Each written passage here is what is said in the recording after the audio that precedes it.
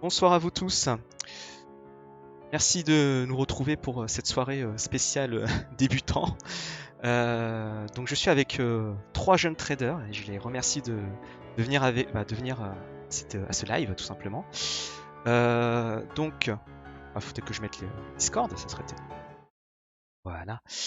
Donc on a Nizos en bas à droite. Voilà, Salut. merci d'être là. On a Lucas en bas à gauche en rouge sur Discord. Ah, salut tout le monde. Et on a Boursiton, voilà, Yoshi. Est-ce que t'es là? Bonsoir tout le monde. Alors n'hésitez pas à nous dire s'il y a un problème de son, s'il y en a un que vous entendez moins, tout ça. Donc le thème de la soirée, de ce petit live, c'est en gros, je suis avec 3 personnes euh, qui ont difficilement commencé la bourse et ils viennent témoigner avec courage leur début, comment ils ont réussi ils essayent en tout cas de remonter la pente. Je vais les laisser se présenter. Peut-être à toi Nizos de commencer un peu. Commence. Ouais, il n'y a pas de souci. Donc, je m'appelle Maxime, j'ai 20, ouais, ça y est, c'est la grosse hésitation. J'ai 23 ans et donc je suis récemment, j'ai récemment un poste en ingénieur industriel dans une boîte d'aéronautique et de défense, donc dans le centre de la France. J'ai commencé la bourse, alors en fait, j'ai commencé à m'y intéresser, c'était fin 2019 à peu près, mais j'ai vraiment commencé finalement à faire des mouvements sur mon compte, etc. pendant le confinement, je pense comme une grande majorité de personnes. Donc voilà, après au niveau de l'histoire du compte, on verra plus tard dans le live. Mais voilà, ça fait depuis le début de l'année donc que je suis en bourse et puis j'ai créé donc le Discord donc dont Trader avait parlé au dernier live. C'était pendant le confinement, donc on avait fait ça avec des gens qui venaient d'investing, qui tradaient Novacite à l'époque, puisque c'était surtout là où il y avait l'action pendant le confinement. Et du coup, bah voilà, ça a grandi. Puis on est une petite bande de petits porteurs comme ça sur le Discord. C'est très sympa. Je pense que Trader va mettre le lien. Je le mets Et voilà, chat là. il a spammé, Voilà, j'ai il a spammé. spammé le chat. Voilà, ils sont un peu bizarres sur ce Discord, mais ils sont gentils. Ils sont un peu Ils ont, bizarres. ils ont de l'humour. Moi, j'aime bien. Je le passe de temps en temps. On va peut-être passer à. C'est bon, t'as fait ta présentation. Je vais Oui, oui, rajouter. oui. On va passer Ah, à il y a Lucas. quelqu'un qui. Ouais. Vas-y, Lucas, Il est-ce y que a, tu il peux y te a présenter? un petit problème de son apparemment dans Ah, le, Niso, dans ça, le le son est chat. très faible. Allez, je te monte un coup. Si c'est bon ok, pour moi ou pas. Ouais, Mais, je sais pas. Allô, allô. Est-ce que ça va? Ouais, j'étais bien monté vous normalement. m'entendez bien? Bien monté. C'est Boursiton aussi. Yes. On va tester. Hein. Nickel, Lucas, du apparemment. coup. Lucas, ça ira. Lucas, 27 ans. Dans les Alpes. Après, bah, moi, la bourse, c'est pareil, j'ai commencé au premier confinement. Par contre, ça fait très longtemps que je m'y intéresse à la bourse et puis au monde économique, euh, comment dans toute sa grandeur. J'aime bien ça, ça m'intéresse. J'ai jamais osé me lancer en bourse. Et le confinement, j'ai chié, clairement. J'avais un peu de taf, mais bon, voilà, c'était pas la joie. Je me suis dit, bah, pourquoi pas. Donc, j'ai ouvert mon compte en un crack boursier. Je ne sais pas ce que c'était. Et c'est à partir de là où je me suis retrouvé sur Investing, sur les forums, D'accord. Et et sur Novacite, du coup, tout au début. C'est là que j'ai rencontré Nizos. ok. 2 traders Novacite au début, comme beaucoup de monde, je pense. Ouais, Euh, comme un paquet. Ouais. Mm. ouais. Je sais même plus comment on a vu ça. J'ai certainement vu dans les top hausses de zone bourse, quelque chose comme ça, parce que je vois pas du tout comment j'aurais pu connaître ça. Après, tout le monde en parlait pendant le confinement, Ouais, mais. dans les top Boursorama, je crois que j'avais vu. Moi. Mm. Et les Ouais, forums dont on parle le plus, il y avait Novacite. Je me suis dit, oh, bah, ça a l'air bien, ça. Ok. J'ai Super. testé. Boursiton, alors toi, on te connaît Ouais, aussi, on te connaît déjà, mais est-ce que tu peux te représenter un coup? ouais, du coup, c'est Boursiton, Maxime, un autre Maxime, et du coup, ce soir, on s'appelle par notre pseudo, comme ça, on se trompe pas dans les Maximes. Du coup, moi, j'ai 32 ans et pareil, en fait, un petit peu comme Lucas, je m'intéressais pas mal à l'économie politique, on va dire, l'actualité, mais vue d'un point de vue économique depuis assez longtemps.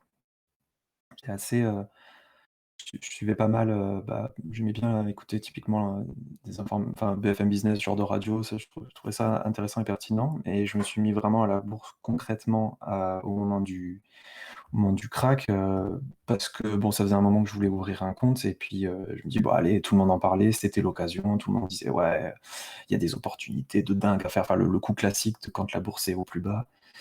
Et du coup, j'ai commencé comme ça, mais sans connaître rien, on va dire. Et du coup, en allant en premier lieu sur les forums Boursorama et compagnie comme première source d'information, ce qui du coup était la première erreur. Mmh. Et voilà, donc oui, j'ai un peu commencé à perdre avant de comprendre des choses. Donc, on va en parler, je pense. D'accord. Ouais, donc je vois que Investing, Forum, Novasite, d'accord. Pas très bien, bah, c'est peut-être ça qu'on va parler. Alors, donc la première partie de la soirée, c'est plutôt, bah, chacun va expliquer ses débuts, voilà. Bien sûr, hein, on participe, il n'y a pas de souci, on se pose des questions entre nous. Le chat aussi, hein, poser des questions, ou si vous voulez témoigner, je lirai aussi des passages. Qui veut commencer? Ah, Ah, écoute, Pas tous en même temps. allez, C'est dans Nisos, tu l'ordre. commences parce que je te Aïe, sens, aïe, je te aïe, sens à non, l'aise là. non. Tu- Oh non, oh là là. Est-ce que tu veux que je stream, Vas-y, stream ton on essaye truc, bah, de... ton écran, et on va regarder ce que tu veux nous montrer. c'est plutôt que tu as Alors... préparé quelque chose, Max. Ouais, j'ai préparé quelque chose, ouais, C'est vaguement. plutôt Ouais. t'as vite posé. En fait, t'es le C'est seul à pas un avoir truc... préparé quelque chose, donc il faut Ah, que tu- c'est pas un truc de ouf, hein, clairement. C'est surtout les pires trucs. T'as fait un PowerPoint. Alors, j'ai fait un PowerPoint, un prési, la totale. En bon corporate que je suis. Alors, je vais streamer le Discord. Alors, le chat, n'hésitez pas à me dire si s'il y a des problèmes de connexion, hein, c'est un test pour moi aussi. Normalement, vous voyez l'écran de Nisos. Alors, Ouais, moi, bah, je suis sur, j'ai le Twitch sur l'autre écran et je vois que ça marche. ouais, j'espère que tu as fait attention à tes favoris en haut, il n'y a rien de trucs pornographiques, tout ça. Non, non, Non, non, c'est bon. non, il y a rien de. Non, c'est bon. Ok. Bah, on t'écoute. Ok, bon, bah alors, en fait, j'ai dû. Alors, vraiment pour une petite anecdote, le tout premier mouvement, je me rappelle, donc quand j'avais commencé à ouvrir mon compte fin 2019, quoi. Et donc je regardais un peu comment on se familiarisait avec les différents types d'ordres, etc. Et le, le tout premier mouvement sur mon compte action, c'était, donc je me suis dit, bon, bah, comme ça pour essayer, je vais acheter une action, voilà. Je vais acheter du Airbus parce que Airbus, c'est connu, enfin c'est haussier, c'est la grosse boîte où il y a très peu de concurrence en Europe, et cetera. Ça va pas pouvoir descendre. Alors, je vais vous afficher un petit graphique Airbus quand même. Alors, t'as commencé Hop, quand déjà, rappelle-moi? Ton- fin 2019 Ok. à peu près. Donc voilà, on était dans cette période-là, voilà, c'était fin 2019, début 2020, voilà, on était à peu près là.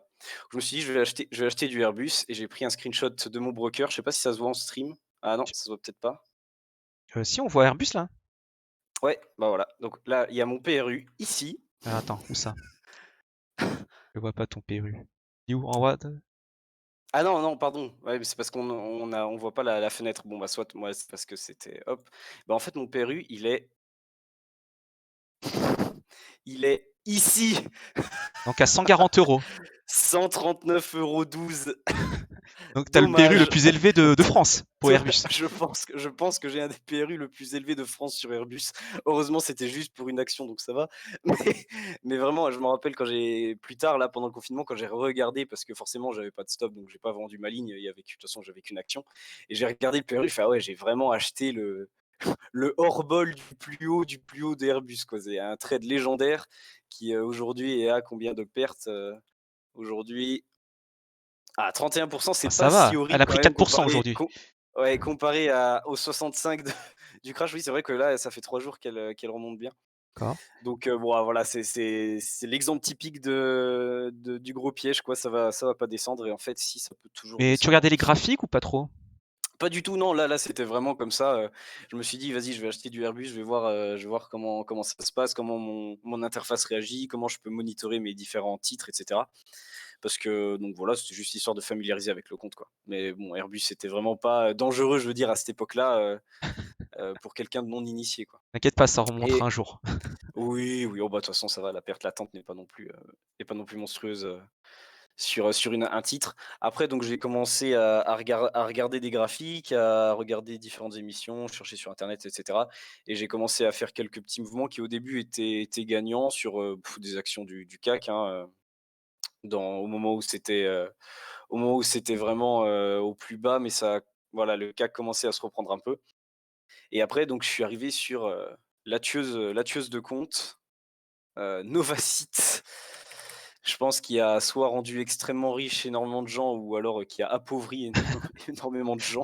Dans le chat, dites ceux qui ont gagné ou ceux qui ont perdu, parce que Ah moi je ouais, pense qu'il y a ouais. beaucoup de perdants sur Novacite, malgré ce que les gens disent. Ouais, Pas eu ça beaucoup dépend. de perdants. Ouais. Ça dépend, je pense, s'ils ont acheté dans la hausse ici et qu'ils étaient restés scotchés, ils ont quand même fait x2 avec la hausse récente, hein. Même s'ils achetaient au top ici, tu vois, là ils faisaient 43, ouais, ils faisaient 43%, tu vois, si vraiment ils achetaient au top du top ici. Bon, évidemment, dans l'intervalle, ils se prenaient une latente de 60%, quoi. Ça fait tout de suite mal. Et toi, alors t'as connu comment Novacite? Sur un forum? Comment t'as fait?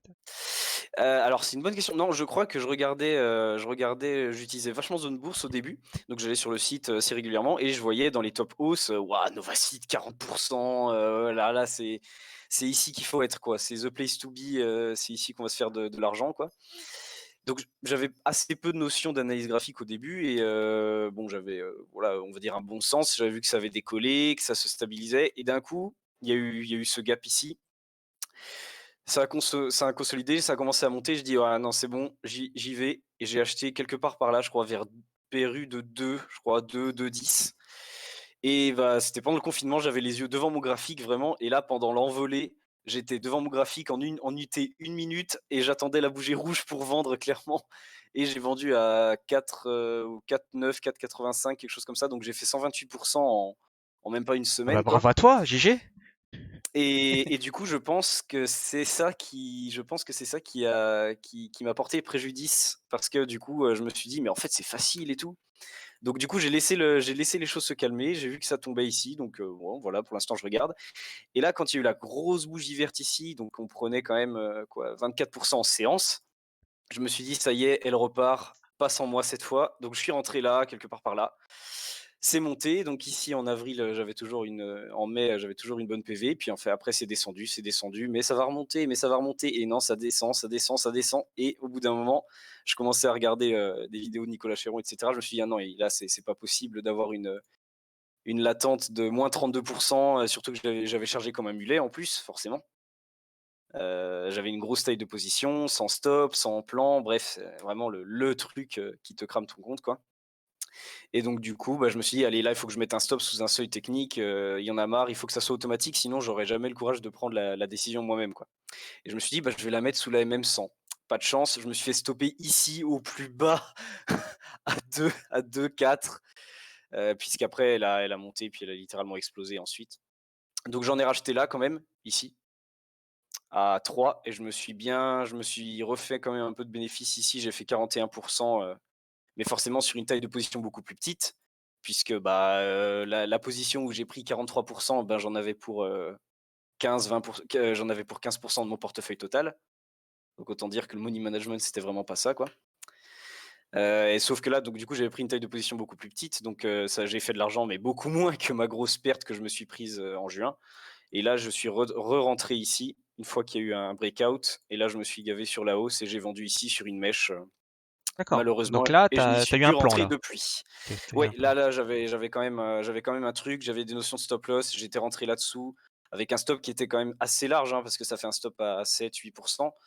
Mais bon, je me suis dit, voilà, j'ai un stop, on va voir ce que ça donne, et heureusement, ça a explosé. Tu vois, je remontais mon stop à la culotte justement pour éviter de me faire péter encore une fois, et je me suis fait stopper sur une mèche. C'est dommage parce que bon, on Ouais, a c'est perdu compliqué Novacite. 65% de hausse. Après, une PV reste une PV, c'est un de mes plus gros coups sur mon compte. Après, malgré ça, voilà, le résultat, il est là, c'est que ce gros trade perdant que j'ai fait pendant le confinement m'a tué 20% à peu près de mon compte, plus un enchaînement d'autres trades perdants sur d'autres valeurs qui m'ont fait basculer mon compte ouais, à 20%, 18-20% au plus bas, quoi. D'accord. Donc 20% plus bas et Je sais pas, attends, je vais juste arrêter de streamer. OK. Comme ça, je vais rouvrir une autre fenêtre parce que comme Discord n'adapte pas. Alors, juste pour te dire, j'ai l'impression qu'il y a que des gagnants sur Novacite, hein, dans le chat, Ah oui, non et mais attention, hein, j'ai jamais dit que les gens sur Novacite s'étaient fait tondre, j'ai dit que j'avais vraiment mal géré mon coup. C'est vachement différent. Ok, j'y ai voilà, attends. hein. Diwal, PVT, Estelle, tout le monde, hein, c'est Ouais, ouais, non, tout le monde est devenu riche sur Novacite, ouais, mais c'est pas moi. Après, je pense qu'il y a quand même pas mal de gens qui se sont fait tondre ou alors qui ont pas vendu et heureusement c'est monté, quoi. Mais ça donc c'est ça, ton c'était portefeuille. globalement la perf de mon portefeuille, quoi. Donc au début, forcément, en avril, j'avais 10% parce que j'avais le trade précédent et la latente du trade qui était donc qui faisait 20% de mon capital. Puis bah là, donc voilà, en juillet, c'était un enchaînement de trades perdants, sans plan, C'est pas mal etc. ce Donc là, je me suis vraiment dit, je vais voilà, lever le pied, essayer de faire les choses un peu correctement. Et donc du coup, voilà, j'ai commencé à trader avec des plans, à être plus long terme sur certaines valeurs de conviction que j'avais. Donc c'est des grosses surtout, Air Liquide, LVMH ouais, non, Air Liquide, LVMH. Et donc au fur et à mesure, là, c'est remonté. Donc je suis maintenant à moins 6% de mon capital, ce qui est selon moi déjà beaucoup, hein, c'est encore beaucoup. Mais bon, voilà, la pente remonte. Et ce que j'aime voir, c'est que finalement, entre le point bas et aujourd'hui, bah, du coup, je fais 14%, quoi. Donc ça veut dire que la stratégie marche à peu près pour l'instant. Après, j'ai encore beaucoup, beaucoup de choses à améliorer, mais on aura l'occasion d'en reparler plus tard dans le live. Je vais D'accord. laisser la place Alors, aux autres. qui veut parler ou qui veut voilà, je sais pas. K ou Boursiton, je sais pas. Ouais. Ah ouais. Après, Heu, moi, ça se rejoint un petit peu avec. Faut que je te partage mon écran, peut-être, non? ouais, si possible, ouais. Alors désolé, hein, pour la qualité, c'est je stream à l'écran de Discord et en même temps je vous envoie le flux, sur, Twitch, donc ça c'est pas la meilleure qualité, mais je pense que, voilà, écoutez, hein, c'est plutôt ça qui est le plus intéressant. Alors du Novacite aussi, hein, c'est ce que tu disais. Ouais, bah, ça se rejoint un petit peu avec Max, hein, du coup. Alors, j'ai Alors regardé rappelle dans ton mon parcours, journal de excuse-moi, trading. c'est J'ai pas commencé par Novacite, en fait. J'ai fait une dizaine d'actions avant, des trucs, enfin, les trucs que je connaissais, de la BNP, du Total, des trucs pas forcément bien en bon moment.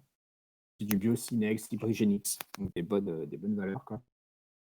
Par contre, là où je me suis vraiment lancé, là où j'ai commencé à prendre des positions, c'est sur le site.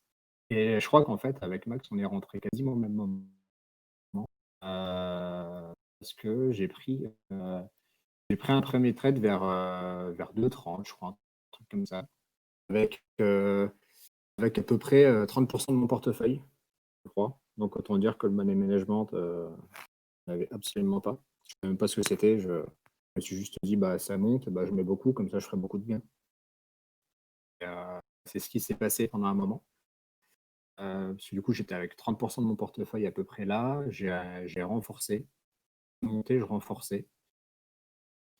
Je renforçais dans les montées et dans les baisses, les baisses d'ailleurs au départ. Et j'étais dans le même état que lui. Je me souviens, j'étais devant mon PC. J'étais pas aussi fou, j'étais pas en 1 minute, mais en 5. Et je voyais ma plus-value, ça montait, ça montait, ça montait. Et bah, ça doit être sur cette mèche-là, hein. J'étais arrivé à plus de 80-90% peut-être de plus-value. Et j'ai rien fait.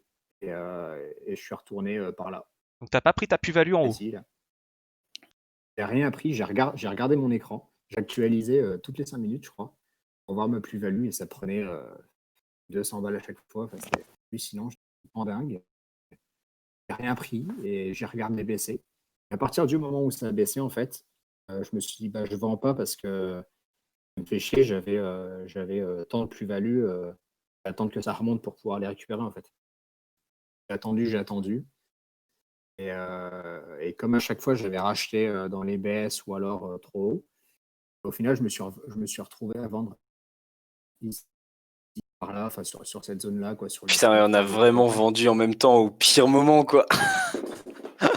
J'avais une plus-value d'à peu près 70%. J'ai vendu avec une moins-value de 30%. Ah, putain. Et, du coup, ça m'a flingué, quoi. Du coup, j'ai perdu 15 et 20% sur mon portefeuille, ça doit être 15%. Juste parce que je ne savais absolument pas ce que je faisais, quoi. Et tu vois, dans un sens, comparé à toi, ce que tu disais tout à l'heure, je crois qu'au final, c'est bien pour moi que ça se soit passé comme ça. Et pas d'avoir vendu sur la mèche tout en haut, parce que j'aurais pensé, comme tu disais, que c'était trop facile, en fait. Moi, je me suis pris une grosse start. Et avant, sur quelques actions, j'avais fait quelques petits gains par-ci, par-là. Vraiment, j'avais au moins 70%, 80% de mon portefeuille qui était investi sur Novasite. Une ligne, en fait. Et c'est bien que je me sois pris cette tarte-là, je crois. Après, une fois que j'ai perdu ça, ça ne peut plus continuer comme ça. Alors, moralement, c'est quand même pas ça. À ce moment-là, je me suis dit, en fait, il faut que je me forme.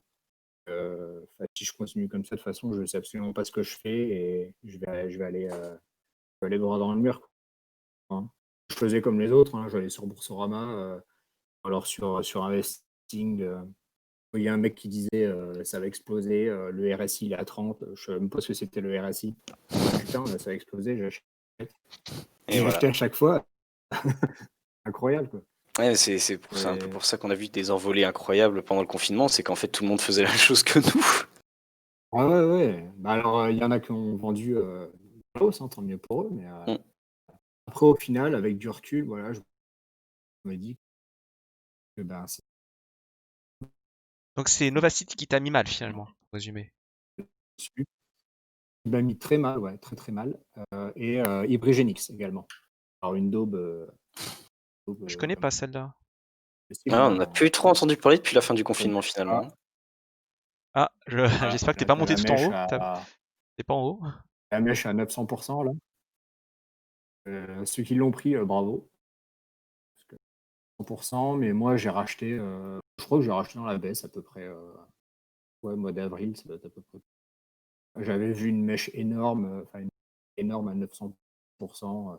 Racheté là, je me suis retourné et puis là, j'ai coupé. C'est dur de couper, hein, les premières fois, hein, quand on prend des positions sans stop, qu'on se rend compte que ça y est, on est dans la merde. D'espoir, on dit de toute façon ça peut pas aller plus bas. Ouais. Et c'est important de savoir couper, même si ça fait mal, tant pis, hein, de toute façon. Je crois qu'il en faut une, en fait. Faut y aller, quoi. Donc après, c'est suite à la perte de Novacite et alors de cette action-là, où tu t'es dit, je peux plus, ça peut plus durer, il faut que je me forme, il faut que je fasse un protocole, c'est ça? Sinon, je crachais vraiment mon compte, hein. En plus, t'as pas mis une Après, petite somme, hein. De toute façon, tout est sur ton Twitter, mais c'est vrai que t'as pas mis une petite somme non plus, quoi, j'ai envie de dire. ouais, du coup, voilà, les sommes sont publiques et j'avais un portefeuille de 10 000 euros quand j'ai débuté et j'avais bien 8 000 euros d'investis dessus, je crois, hein. Ah oui, ah oui. Sans stop. Ah,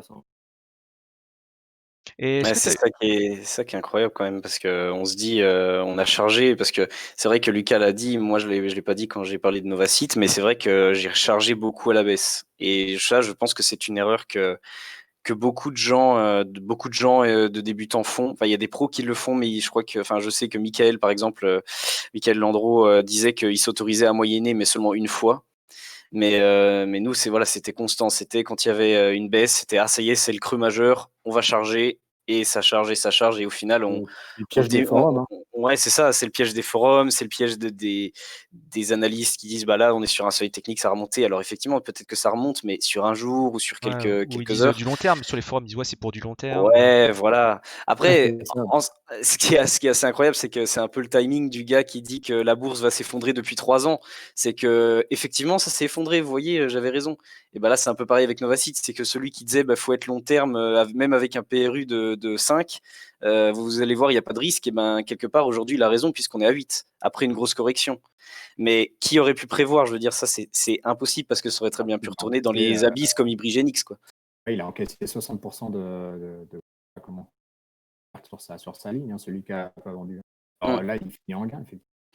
C'est ce que je disais à Lucas, je disais oh là là, il faut pas que je lui disais putain si j'avais gardé la ligne je serais millionnaire.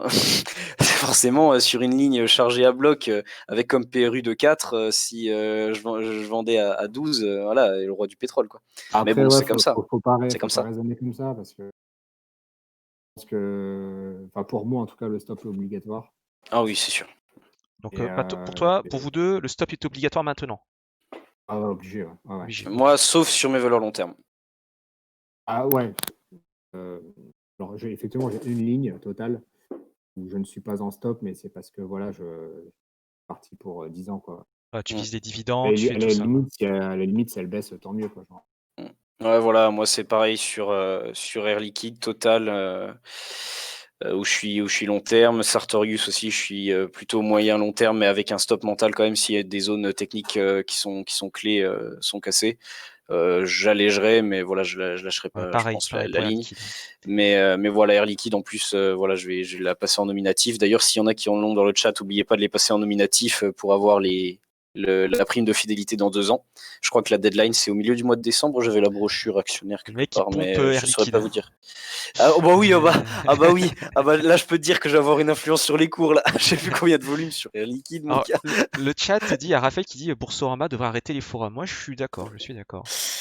En fait, peut-être pas Boursorama les c'est arrêter, très mais bizarre, c'est qu'il n'y a pas de modération, je pense. Enfin, c'est pas encadré. après, je pense surtout que les gens doivent se former avant de prendre des positions, en tout cas des Il faut positions savoir prendre les importantes. plus-values, je pense. C'est plutôt ça aussi. Et- bah, en fait, on a tous la même histoire, en gros. On rentrait sur un truc sans savoir pourquoi, sans savoir comment, et on a dégommé, quoi. Oh là, on a une opinion impopulaire dans le chat. Je pense que le stop loss c'est un outil pour les débutants. Allez, Alors, qui a dit c'est ça parti. Après, PVT. C'est parti. Non, après, non, c'est il dit, le grand débat. c'est le comme grand la débat capote des le premier tests. soir, dit PVT, le stop. En fait, plus qu'un stop, je pense que c'est un plan d'invalidation. Parce que, Mm. bon, après, honnêtement, je pense que 2 fois sur 3, vaut mieux avoir un stop. Ça dépend aussi du type de trading. Après, on va pas débattre de comment on place un stop et on fera sûrement une soirée là-dessus. Mais tu disais, je sais plus si c'est Lucas ou Max, tu parlais de sortir et que ça fait mal. Et en fait, d'une certaine manière, pour éviter le côté de ça fait mal et qu'en plus au début, bah, on sait pas couper et du coup en fait, on a de plus en plus mal, mais comme on sait pas couper et qu'on se dit: «Ça va remonter», on se dit: «Ah mais cette perte-là, elle est pas possible». Bah, du coup, le stop, c'est vrai que du coup, il oblige, il coupe et puis on n'en parle plus C'est ça. et sinon parce que le plan d'invalidation, c'est déjà super, hein, d'avoir un plan d'invalidation. Ça veut dire qu'on s'est posé des questions et du coup, c'est hyper sain. Mais le plan d'invalidation, il y a 2 pièges, je pense. Moi j'en ai subi un, c'est bah, la valeur elle part en vrille complet et en fait on peut pas couper, enfin Alors ça part trop justement, vite. Boursito, bah, donc Max, est-ce que tu peux streamer ton écran ou tu veux que je montre un PRP, tu me dis un de tes trades où tu dis j'aurais dû mettre un stop. Tu veux streamer ou tu veux que je le fasse?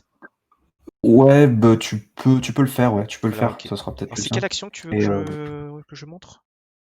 je sais pas si vous aviez fini de présenter déjà vos profils, hein, Vas-y. Vas-y, Boursito, vas-y Max, on t'écoute. Bon, alors je fais le petit historique du coup pour mettre le contexte. Alors moi, je pense que du coup, j'ai peut-être de vous deux, j'ai peut-être moins cramé mon compte. D'ailleurs là, je suis bien positif dessus. Je suis pas loin des 50% de plus-value dessus. Frimeur, oui. Ouais, Vas-y, pète-toi avec du je Gossin et du Navia là, vas-y. suis en pleine recovery là. Je suis en pleine recovery. Mais par contre, si vous regardez, enfin, je pourrais montrer mon graphe. C'est flippant quand même. Mais bon, moi j'ai quand même commencé rapidement à perdre et en fait, j'ai été plus prudent au début. Je me suis dit, ok, au tout début, j'avais une approche plutôt investissement en mode, ok, il y a des actions qui ont craché. Je suis rentré sur du Airbus, je suis rentré sur du Vivendi. Qu'est-ce que j'avais pris? J'avais pris des actions en mode investissement long terme. Eh bien, dividendes, stratégie, voilà, truc, investissement, placement.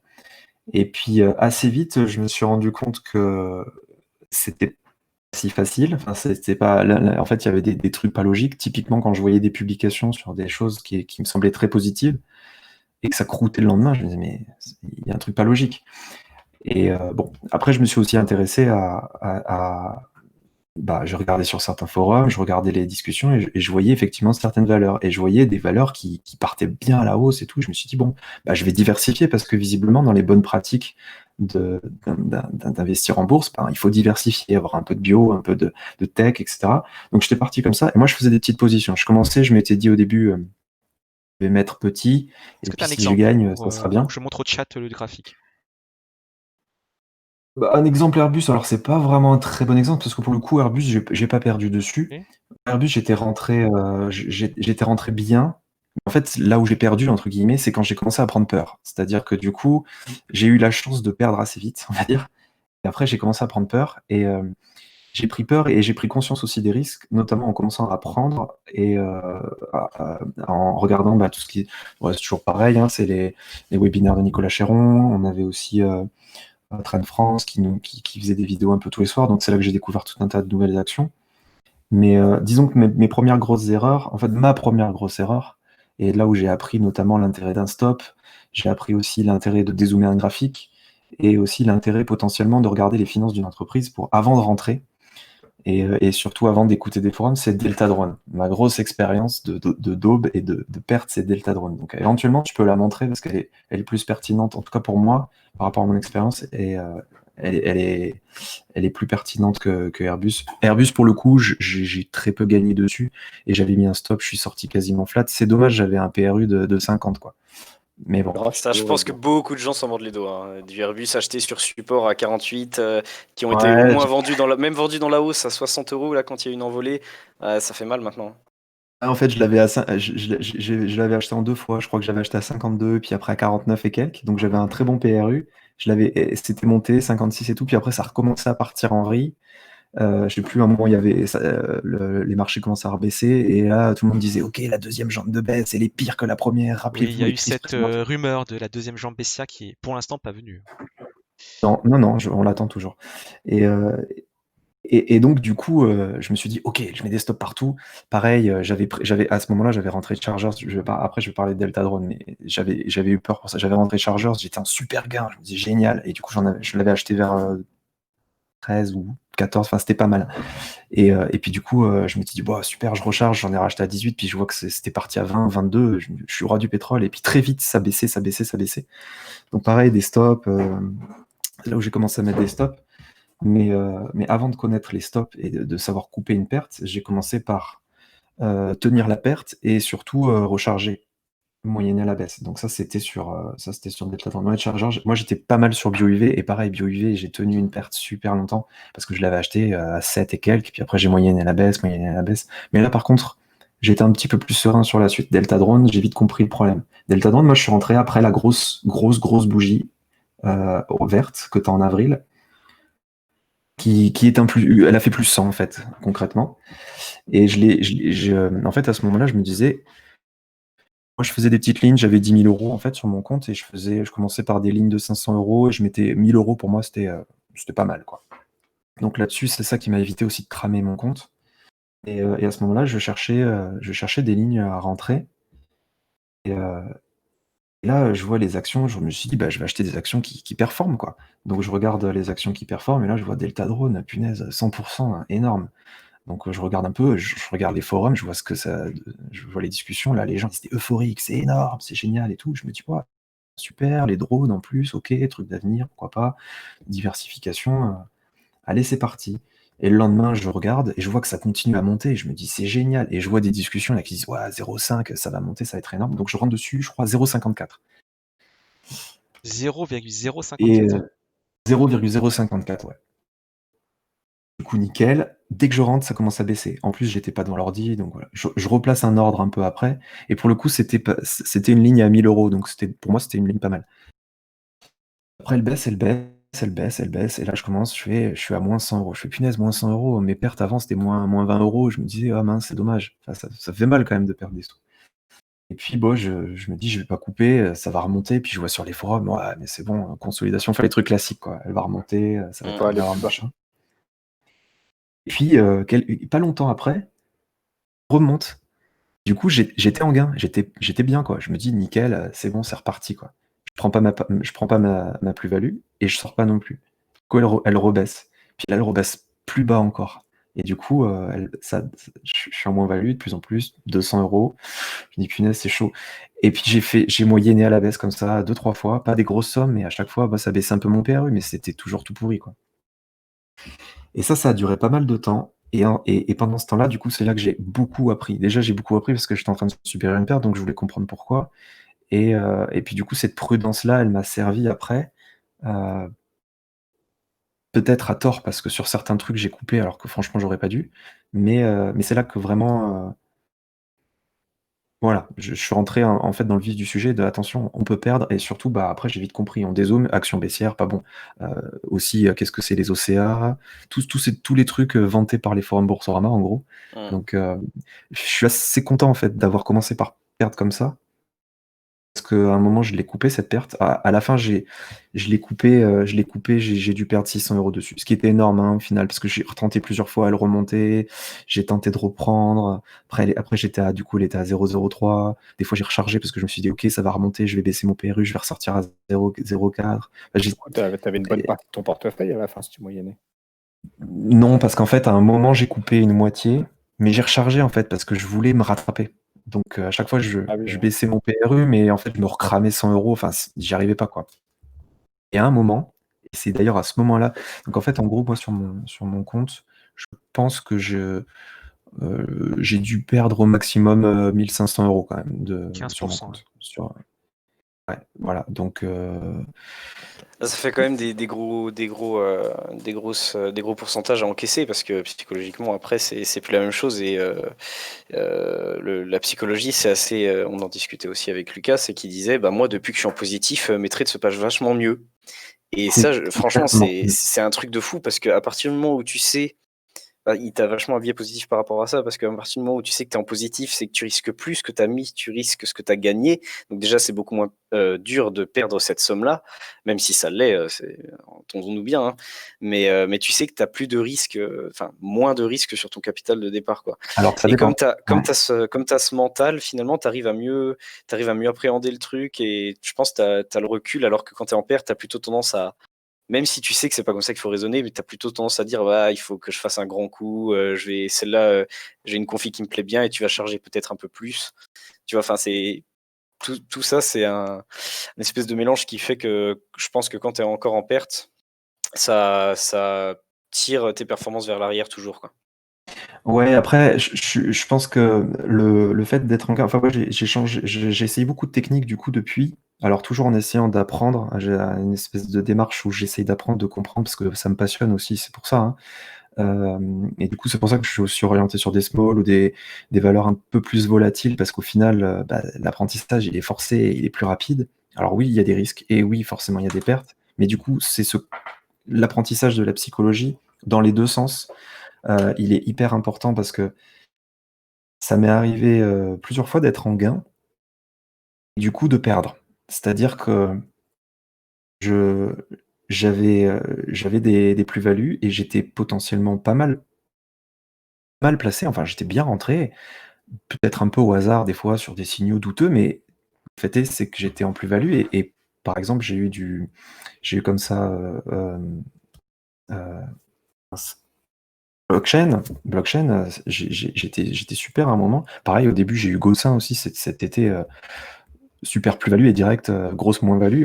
Enfin, bon, j'ai fait des trades comme ça où en fait j'étais en plus-value, mais je savais pas vendre. Et du coup, je savais pas gérer enfin, vous en parliez aussi sur Novasite. Le fait de savoir sortir, de savoir vendre, c'est aussi super important, savoir pas être gourmand. Donc il y a l'analyse technique qui va dire à ce niveau-là, faut vendre ou pas. Mais ça, c'est hyper important. Et moi, ce qui m'est arrivé aussi, j'ai remarqué, après le moment où j'ai commencé à plus perdre, il y a eu le moment où j'ai commencé à plus gagner. C'est-à-dire que je pouvais pas gagner parce qu'en fait, je faisais des lignes qui étaient pas forcément très importantes. J'avais peur de perdre. Donc je faisais pas des grosses lignes. Du coup, elles étaient pas mal. Quand ça partait, j'étais en plus-value, des fois 10, 15, 20% même. En fait, ça faisait des toutes petites plus-values. Ah, Du coup, j'ai je eu me le même dis, problème aussi. voilà, Exactement le même problème, ouais. le problème là, c'est que normalement, il y a des stratégies, on peut dire, à X%, je prends un tiers, je prends une demi, Ouais. enfin j'allège la stratégie trend following potentiellement, elle peut dire je monte le stop, mais je sors, je suis la tendance, mais j'allège progressivement, etc. En fait, quand on a 20 € de plus-value, c'est chaud de couper en deux, quoi. Donc du coup, moi ce que je faisais, des fois je mettais des stop win, mais je me disais non, mais là c'est abusé, je vais pas sortir maintenant. Et donc j'enlevais ou je baissais le stop parce que je me disais j'ai pas envie de me faire sortir là. Et en fait, mon gain qui était peut-être de 50 €, finalement, retrouve à 25 €. Et là, la psychologie commence à dire non, mais non, c'est pas possible, j'étais à 50 €, je vais pas couper à 25. Je vois que le truc est en train de mal se passer, je vois que c'est en train de s'invalider, et je me dis non, j'arrive à 0, je me dis non, mais je peux pas couper sur PRU, c'est pas possible. Et du coup, je passe d'une plus-value qui était pas mal à une moins-value, et après, c'est là, ah bah non, mais je peux pas couper en moins-value, c'est pas possible. Et boum, on se retrouve à tenir une moins-value. Donc ça, je le fais plus, j'ai Ah, mais appris à c'est plus le parce que, faire, mais est-ce que c'est parce que tu avais pas ce qu'on appelle un plan tout simplement, ou alors un objectif, tu vois? j'avais pas vraiment de plan. Et puis j'avais pas une gestion honnête de la psychologie. Donc, mais le plan, ouais, tu fais bien d'en parler. On a évoqué les Est-ce que tu as un stops. plan maintenant ou pas? Est-ce que quand tu trades, est-ce que tu dis j'ai un plan ou c'est encore un peu, voilà, un peu brouillon ou pas du tout? Ouais, je pense que 4 fois sur 5 maintenant, j'ai un plan. Des fois, c'est un peu YOLO, mais et encore que même quand c'est à l'arrache, il y a quand même un plan, ou alors c'est assumé. Mais j'ai changé aussi de technique et je suis obligé d'avoir un plan maintenant parce que maintenant je mets des beaucoup plus grosses positions qu'avant. Et là, si j'ai pas de plan, je me fais exploser, quoi. Donc Et vous, Lucas et Isos, vous faites des plans maintenant ou c'est encore un peu pareil, un peu à l'arrache ou pas?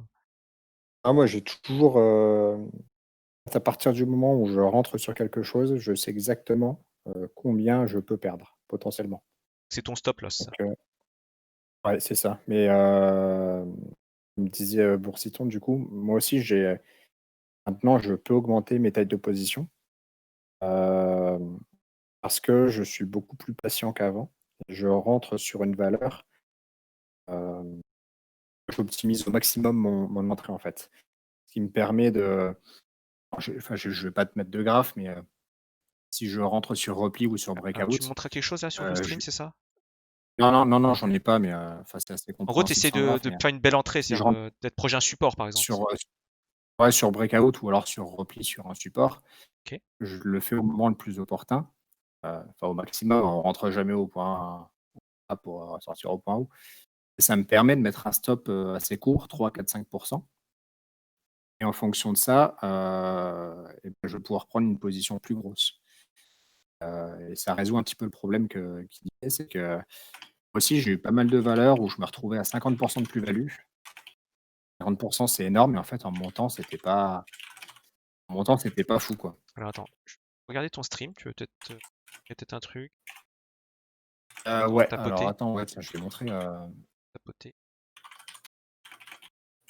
alors je sais pas si tu vois le stream ou pas. Alors pas du tout, tu sur Novacite toujours là. Alors attends, ouais, faut que je change. Et d'ailleurs, alors, peut-être on va peut-être un peu trop vite parce qu'on parle de plan, bon, quel a été votre déclic finalement? C'est la perte, qui a fait qu'il faut vite maintenant il faut que je me forme, qu'est-ce qui fait que voilà? Ah ouais, ouais, c'est la perte, hein, clairement, hein, Mmh. je voulais pas perdre l'argent, enfin, c'est les économies, Donc hein, on met c'est tous à des partir de économies, 15-20 vous dites: «Tiens et là, il faut que j'arrête sur de un faire le PEA con». ou un CPO, hein. faire moins que le livret A, c'est un peu dommage, quoi. Ouais. Ça, c'est sûr. C'est clair. Surtout quand tu vois que tout le monde s'envole et que toi, t'es un gros con qui se traîne une latente de moins 20%, tu sais, tu dis ok, bon bah super. Mais Alors bon, ça, ouais, par contre, faut faire gaffe à Twitter, ouais, chaque ouais, jour, mais, je répondais à quelqu'un dans le chat, c'est qu'il disait super intéressant, on voit que on fait tous les mêmes erreurs au début, mais c'est voilà, sur Twitter, c'est vrai qu'il y a les gens se les vantent de perdants, on en leur a pas entre beaucoup, hein. guillemets, ouais, voilà, c'est ça. Les gens montrent leur perf, ce qui est normal parce que quand tu fais de la perf, c'est que ta stratégie est au point, tu peux être content de ce que tu as fait de toi, ou alors tu as eu beaucoup de bol, mais dans tous les cas, tu peux être content de toi. Après, quand tu perds, t'as pas forcément la démarche de dire sur Twitter, ouais, j'ai cramé 20% de mon compte, tu vois, genre comme si c'était incroyable. Et pourtant, je pense que c'est ce que les gens ont un peu besoin Et de c'est voir plus pour éducatif, certains. hein, je pense, hein. C'est ça, parce qu'on apprend beaucoup plus des erreurs et surtout quand toi-même tu es en perte ou en mauvaise posture, tu regardes entre guillemets par la fenêtre et tu vois les tweetos ou alors les gens sur les forums, etc. Psychologiquement, c'est dur quand les gens gagnent. Quand ils se font des couilles en or, hein, clairement. Et tu te dis, mais moi, je suis nul, tu vois. Pourtant, on n'a aucune Et preuve en fait, de leur perf. pourtant, on n'a aucune preuve. Mais et en fait, c'est là aussi que ça se rejoint dans la psychologie. C'est que je pense que la bourse, c'est une histoire d'analyse, de stratégie, mais il y a aussi une énorme part de psychologique, que ça soit dans la psychologie qui est liée à tes positions et la psychologie générale C'est le plus de important, je marché. pense. Et par exemple, le truc, donc là où je sais que moi, en général, j'ai assez peu de maîtrise à ce niveau-là, c'est des choses que j'essaie d'améliorer. Mais par exemple, il y a 3 semaines, je me rappelle, j'avais fait un mème sur Twitter, c'est que, en fait, c'était une semaine où sur les smalls, c'était incroyable. Il y avait McPhee, Carbio, Navia, Gossin qui étaient toutes sorties de leur consolidation, ça a donné des signaux d'achat hyper forts. Et du coup, ça montait, et les gens se disaient, ouais, les gars, ça y est, j'ai fait 120% en 3 jours, tu vois. Et moi qui étais plutôt sur des bigs ou sur des mids, etc., mais qui n'étaient pas ces valeurs-là, et ben j'avais une semaine rouge. Bon, c'était pas un truc de ouf non plus, mais c'était rouge, quoi. Et là, tu te dis, mais waouh, il y a vraiment quelque chose que je fais mal, tu vois.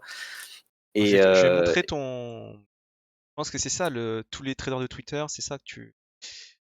C'est ça? ouais, il y a beaucoup de gens donnent. Alors voilà, c'était ça en l'occurrence que j'avais fait. Voilà, tu vois, les gens, il y avait Navia, Carbio, McPhee, plein de small qui pétaient à la hausse, et du coup moi je les regardais sur le quai, quoi. Et en attendant, j'étais bloqué avec des actions qui faisaient des signaux techniques dégueulasses, DSM qui pourtant est magnifique sur le long terme, qui faisait un avalement baissier dégueulasse, Alstom c'était des gaps, Air Liquide pareil, Téléperformance ça corrigeait un peu, Médian, Mais tu sais que Artefact, ce que tu Hermès. dis là, c'est la réalité. C'est ça la réalité en fait. Et c'est ça la réalité, c'est qu'à un moment donné, tu peux pas être toujours dans les bons tu peux pas toujours être dans les Ah bons non. coups. Et il y a forcément un moment où le marché va te rincer toi pendant que ton voisin est en train de faire la fête, quoi. Et c'est ça, Bah, il c'est faut comme réussir aujourd'hui. à. Bon, à un moment, Gossin est explosé. Je sais plus, il y avait quoi Ouais. d'autre? Global Energy. J'ai pas tout suivi. Maintenant, je regarde même Ouais. plus ça pour pas être Et dans le négatif. c'est ça. Et en plus de ça, c'est qu'il y a un autre danger, c'est que tu te dises, ah ouais, mais en fait, je sais clairement pas, investir, je sais clairement pas trader, je suis pas aux bons endroits.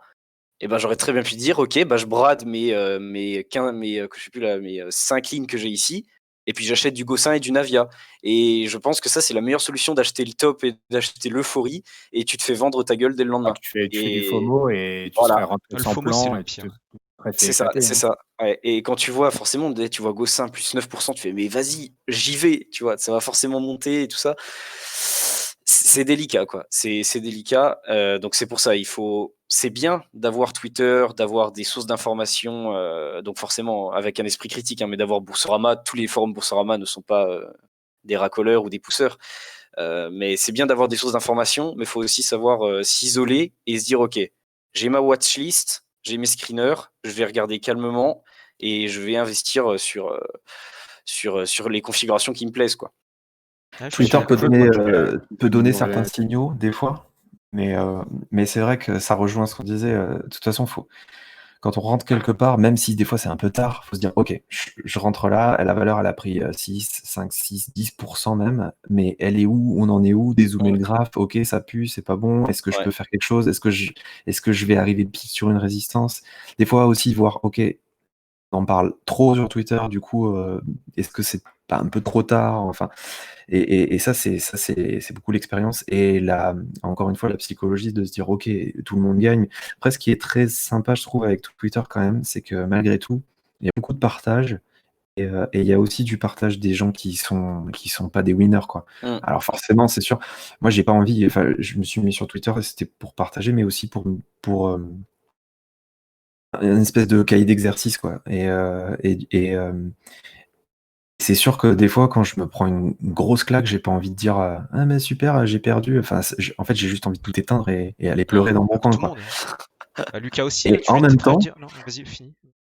ouais, non, mais en même temps, justement, il y a quand même une belle communauté de partage et cette communauté-là, elle partage justement dans les pertes. À un moment, je m'étais pris une grosse dérouillée là quand il y a eu Pfizer là qui a fait ça. Alors, et puis du coup, je l'ai dit, quoi. Et en fait, il y a plein de gens qui ont dit après, ah ben ouais, ben nous aussi. Je me suis dit, bon, ok, je sais. Du coup, c'est la question à se poser, c'est pourquoi j'ai fait ça et pourquoi j'ai perdu et pas je suis nul, les autres sont des winners. déjà, comprendre pourquoi. À chaque fois, si on comprend pourquoi on perd, bah, a priori, on peut s'améliorer.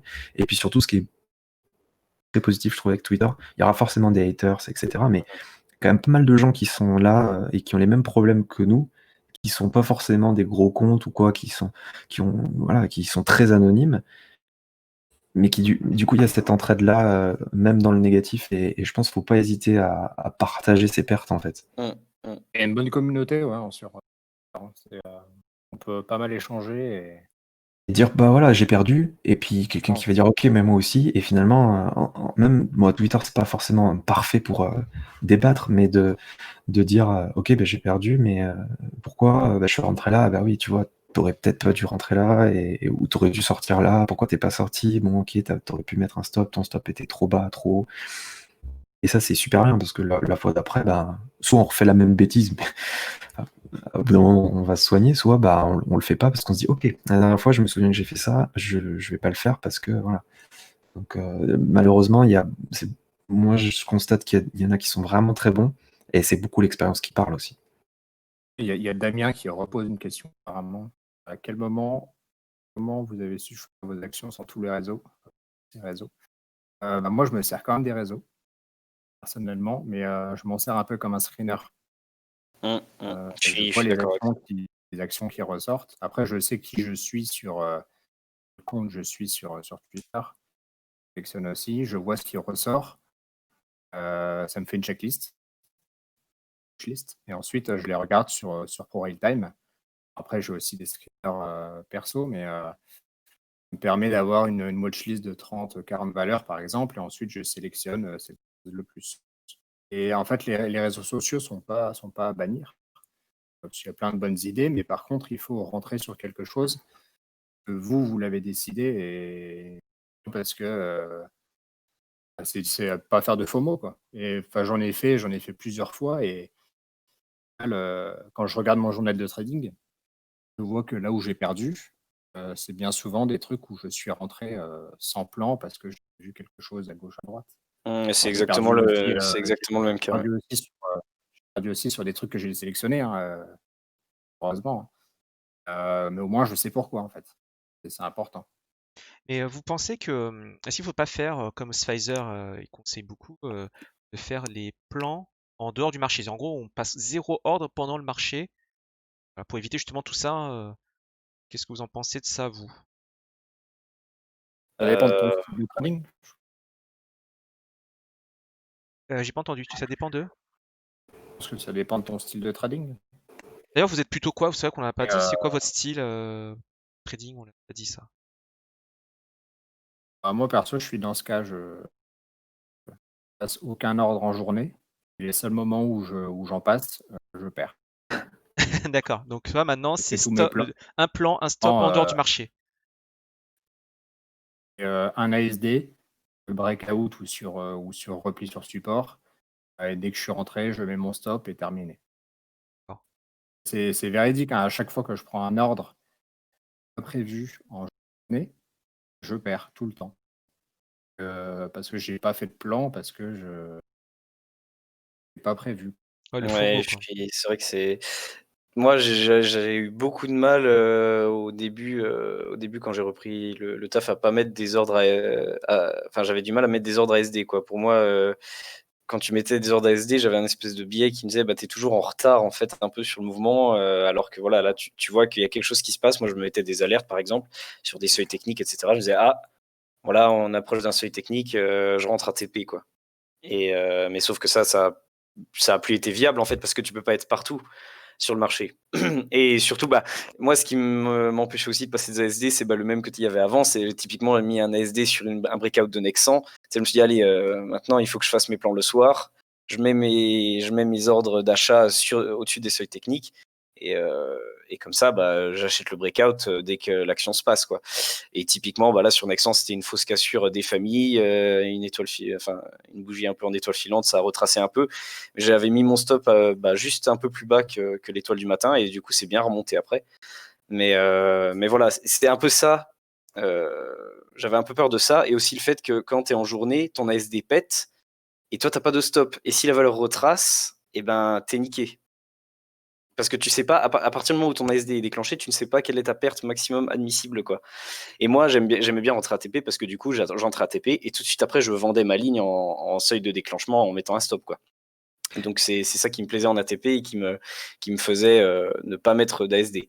Sauf que finalement, bah, je fais comme Lucas et comme je pense beaucoup de gens, vu que j'ai un profil plutôt swing et trend following. Je regarde les seuils qui m'intéressent. En général, j'achetais beaucoup sur support avant, mais j'ai remarqué que ça marche un peu moins que sur Breakout parce que je trouve que le stop est plus facile à placer. Mais en tout cas, pour l'instant, j'ai un meilleur taux de réussite en faisant ces méthodes-là qu'en entrant ATP sur des alertes, même si dans le concept en lui-même, c'est un peu la même chose, quoi. Ouais, le problème à ASD, moi j'en ai fait très très peu au final. Et je te rejoins sur le acheter sur support. Le problème d'acheter sur support, c'est peut-être aussi des fois le problème des débutants en se disant je vais essayer de choper le point bas. Et malheureusement, souvent, on fait ça quand on est en phase baissière. Alors le pire, c'est de faire sur un titre baissier, parce que forcément, le point bas, il arrive rarement à échéance. Et quand on est en phase baissière, vaut mieux acheter après le rebond pour valider le point bas qu'essayer de le trouver, ce qui est très dur, à moins d'avoir de la chance ou alors enfin voilà, d'être super bon, très bon en analyse, d'avoir repéré le support parfait, moyenne mobile ou support, et que ça rebondisse, mais il y a toujours un risque. Et du coup, le problème, enfin peut-être ça dépend des brokers, mais placer un ordre d'achat, que ce soit un ASD ou un ordre d'achat sur un support, le problème c'est que le stop il n'est pas posé. Et du coup, moi j'avais peur de mettre un ASD et de me dire bah je vais rester perché. Alors que bon, sur une tendance haussière très forte et soutenue, théoriquement ça se passe bien, un breakout, ça part vers le haut, mais il y a toujours un risque. Et je me dis ASD, j'achète au plus haut. Non, c'est pas bon. Je crois que c'est Trend France qui en parlait. Dans une de ses vidéos, il disait bah en fait c'est contre-intuitif d'aller acheter une valeur qui fait que monter et de l'acheter quand elle est en train de casser ses plus hauts. La Ouais. réalité, c'est quand en fait c'est ça qui marche souvent le mieux. Donc il y a tout un tas d'apprentissages et de réflexes à changer. Moi personnellement, c'est vrai que je fais des ordres ATP ou à cours limité souvent, mais ASD j'ai quand même un peu de mal parce que j'ai toujours peur d'être perché. Bon après j'achète souvent sous résistance aussi, ça c'est un de mes grands péchés. Mais J'ai un bon graphe pour illustrer là, si tu peux Alors, je partager. vais me mettre sur Discord. Alors, attends 2 secondes. Et d'ailleurs, j'en profite là pour la pause, on va dire technique, sur les actions où on avait le plus perdu aussi. Ça, je pense c'est quelque chose qu'il faut un peu alerter, c'est que Novacite, c'est ma première perte, ça c'est sûr et certain. Par contre, ma deuxième perte, c'est pas une action, c'est le BX4. Parce que le BX4, je pense que c'est un gros piège si on ne sait vraiment pas ce qu'on fait. Et ça devient rentable uniquement quand il y a des grosses corrections assez brutales et en ligne droite. Parce qu'à partir du moment où tu ranges sur le CAC 40, tu perds de l'argent à cause du bêta slippage. Et le truc qu'il y avait, c'est que pendant mars, avril, mai, j'étais toujours baissier sur les marchés financiers pour de l'analyse fondamentale de comptoir, quoi. Le Covid va mettre à plat notre économie, des entreprises vont faire faillite, ça va être monstrueux, tout va se casser la gueule. Donc moi, je fais un peu, je parie contre cette hausse qui est artificielle parce que pour moi, tout va s'effondrer. Et en fait, c'est jamais arrivé. C'est jamais arrivé pour différentes raisons. Et peut-être que ça arrivera un jour, mais en bourse, avoir tort et avoir raison, mais trop tôt, c'est la même chose. Si un jour ça se casse la gueule, j'aurais dû dire putain, j'aurais dû garder mon short parce que j'aurais été en PV. Oui, mais en attendant, tu avais immobilisé ton capital sur toute la période et tu étais en perte, en perte, en perte. Et en fait, tu n'étais jamais sûr que le marché allait faire ce que tu voulais, quoi. Et c'est ça qui est dangereux. Il faut faire attention avec le BX4, puisqu'en plus c'est un produit à levier, donc ça démultiplie encore plus les risques quand ça va dans ton sens, parce que si jamais tu as des fluctuations, tu perds de l'argent à cause de l'érosion des cours. Mais en plus, si ça part dans l'autre sens que ton plan, si tu pas de stop, là, c'est l'éclatage assuré, quoi. Et ça, c'est une leçon un peu que m'a appris le marché, c'est que tu peux pas vraiment être dans des convictions très fortes. Il faut réussir. C'est ça qui est un peu bizarre, c'est qu'il faut réussir à être à la fois dans le marché, mais à la fois avoir le recul pour pour déceler les périodes d'euphorie et les périodes de peur, quoi. C'est-à-dire qu'à un moment, tu peux pas dire: «On est dans une situation économique déplorable, le CAC va se casser la gueule», ça, c'est ce que tu crois, mais ce qui se passe sur le marché, c'est pas ça, en fait. Et donc du coup, si tu vas contre cette tendance-là, tu vas être perdant, même si fondamentalement, tu as raison.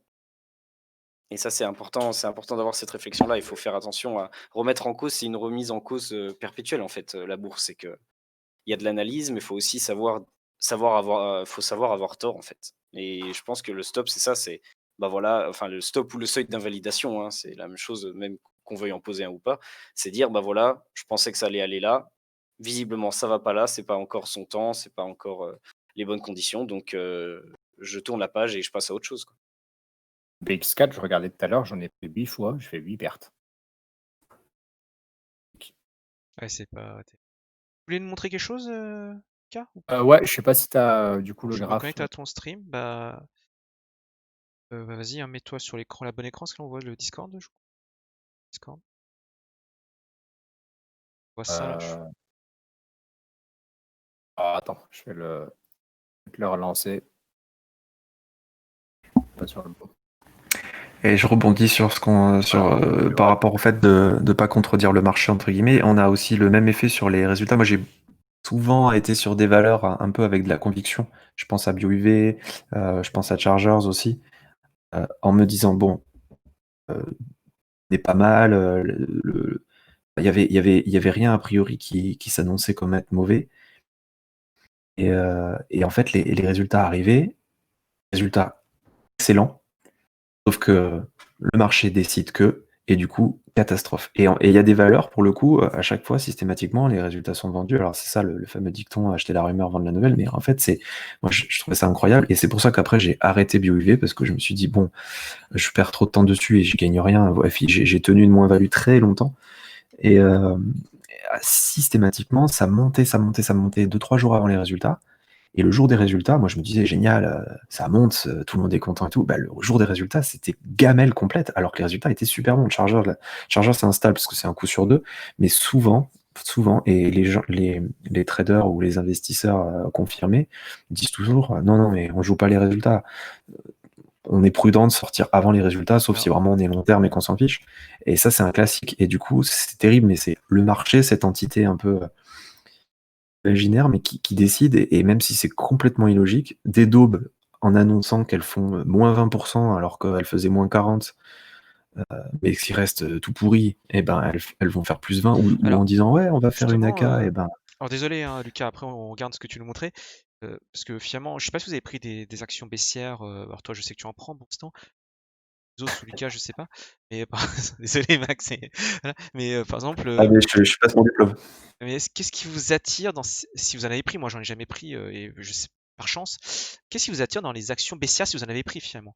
Les actions baissières long terme. Est-ce que c'est juste le fait qu'il y a de la pub dans ces forums toxiques, ou c'est juste parce que vous dites ça peut pas aller plus bas, ou d'autres choses, je sais pas. Qu'est-ce qui vous attire si vous en avez pris, hein, si vous n'avez pas pris? Quelqu'un, ou il y a personne qui en prend peut-être? Je crois que c'est les faux, j'en ai pris, moi, c'était pour les potentiels de hausse. L'exemple parfait, je crois que c'est Ibrigenix. Ouais, c'est ultra baissier, genre du cybergun, quoi. Et le seul jour où ça va monter dans l'année, en fait, ça prend 100, 200, 300%. Je crois que c'est ce qui attire peut-être un peu.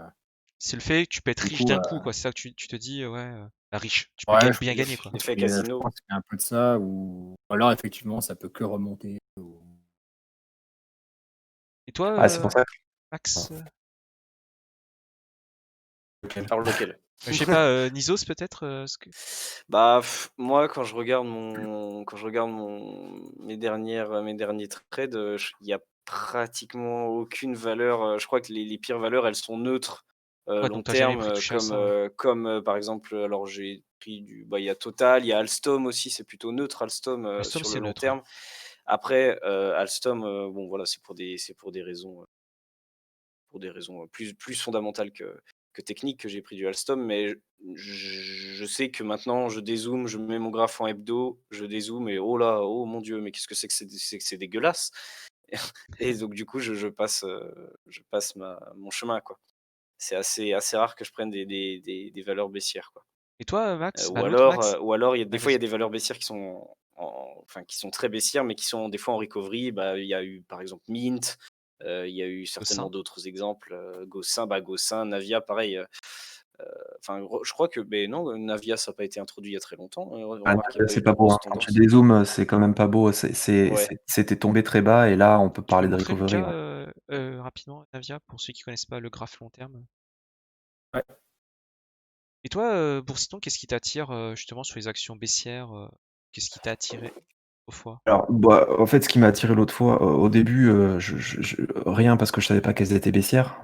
Bah, typiquement, c'est Delta Drone parce qu'après, j'avais acheté des actions spécialement baissières. Et c'est baissier. En fait, après, j'ai commencé à acheter. Disons que j'ai deux choses quand je rentre sur une action. Je recule et je regarde si c'est baissier, bien baissier, et puis si c'est sous MM200, ça j'évite de le faire, je le fais plus en fait. Ou alors j'ai une très très bonne raison, mais j'évite de le faire. Et je regarde aussi les finances. Et pareil, les finances, si elles sont en fait, c'est une tendance aussi. S'il y a une entreprise avec des finances en tendance baissière ou une dette en tendance haussière, je rentre plus. Ou alors il y a une très bonne raison. Et la très bonne raison, c'est parce que je vais la jouer très court terme et que derrière, elle a une forte probabilité d'exploser parce qu'elle va casser une résistance ou que elle est en train de rebondir ou qu'elle est juste elle est repassée supérieure à la MM200. Voilà, des configurations comme ça où là, je vais la jouer en mode, en fait, je m'en fiche même ce que la société elle fait et je vais y aller sur la technique et je vais travailler. Ça va être du trading pur, quoi. Là, Mais on peut pas c'est conseiller ça à des débutants, quoi. clairement pas, clairement pas. En fait, les débutants, c'est dézoome de suite le graphe, on se met en hebdo, en mensuel, enfin on dézoome, on va très très loin, le plus loin possible, et on regarde la tendance. Si la tendance elle est baissière, en fait, on n'y va même pas. Parce que l'avantage d'une tendance haussière, c'est que la probabilité qu'elle monte, même si on rate l'entrée, elle est pas mal. Moi j'avais acheté typiquement Sartorius, je me disais ok, elle est bien haussière, elle est pas mal. J'ai acheté juste avant qu'elle s'écroule, et j'avais pas mis de stop. Et en fait, je l'ai tenu.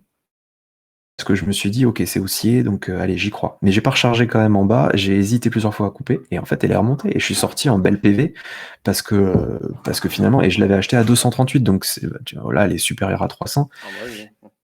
Et je l'ai acheté à 238, et je me suis retrouvé en moins-value quasiment l'heure d'après, parce qu'elle a commencé à baisser à ce moment-là.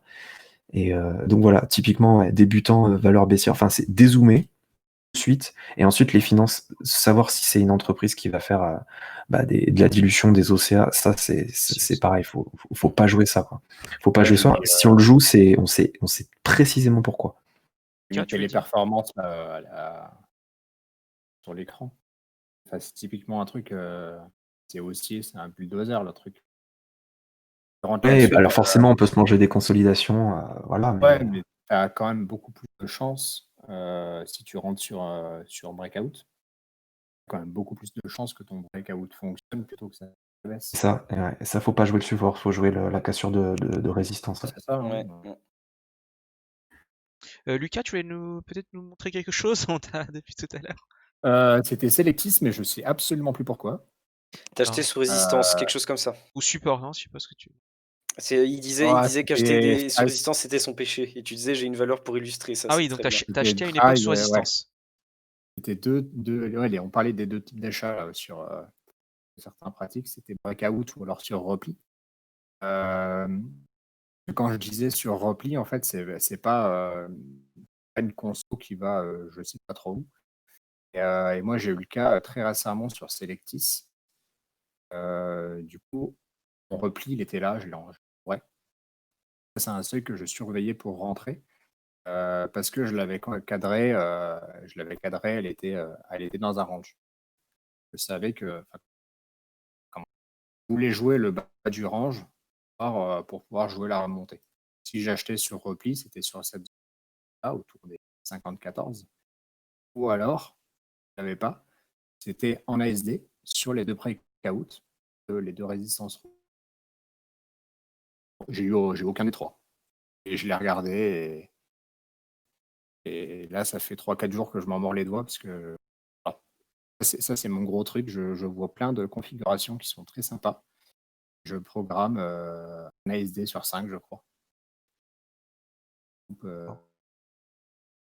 Voilà, les deux types d'achats, ouais, c'est pour ma part, ouais. C'est sur repli en bas de range, surtout. C'est souvent ça. C'est en bas d'un range ou alors sur un route house. Ouais, donc Ça, t'achètes c'est vrai que plus c'est maintenant très dur. au milieu de nulle part, quoi. C'est cassure de résistance ou Et sur là, elle a support. pris 70.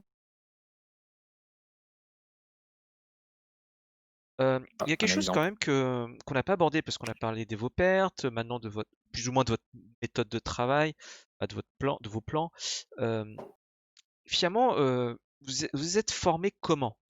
Vous avez lu des livres, vous êtes allé sur vidéo de Nicolas, Twitter, bon, qui est peut-être pas une des meilleures, un des meilleurs endroits pour se former, je pense. Comment vous avez fait? Je sais pas qui veut comment. Peut-être Nisos, si tu veux commencer. Bah, moi, c'est surtout, je pense comme beaucoup de gens, le phare, Nicolas Chéron, surtout avec ses vidéos sur Bink, qui m'avait beaucoup aidé, sur, les différentes, méthodes, l'analyse technique, le money management et cetera. J'espère qu'il va pouvoir les remettre en ligne puisqu'elles ont été mises en privé par Bink. Mais ces webinaires étaient vraiment excellents et en parallèle, bah, je lisais, des ressources web. Alors, je crois que, alors je saurais plus les dire de mémoire, je vais jeter vite fait un coup d'œil sur le Discord.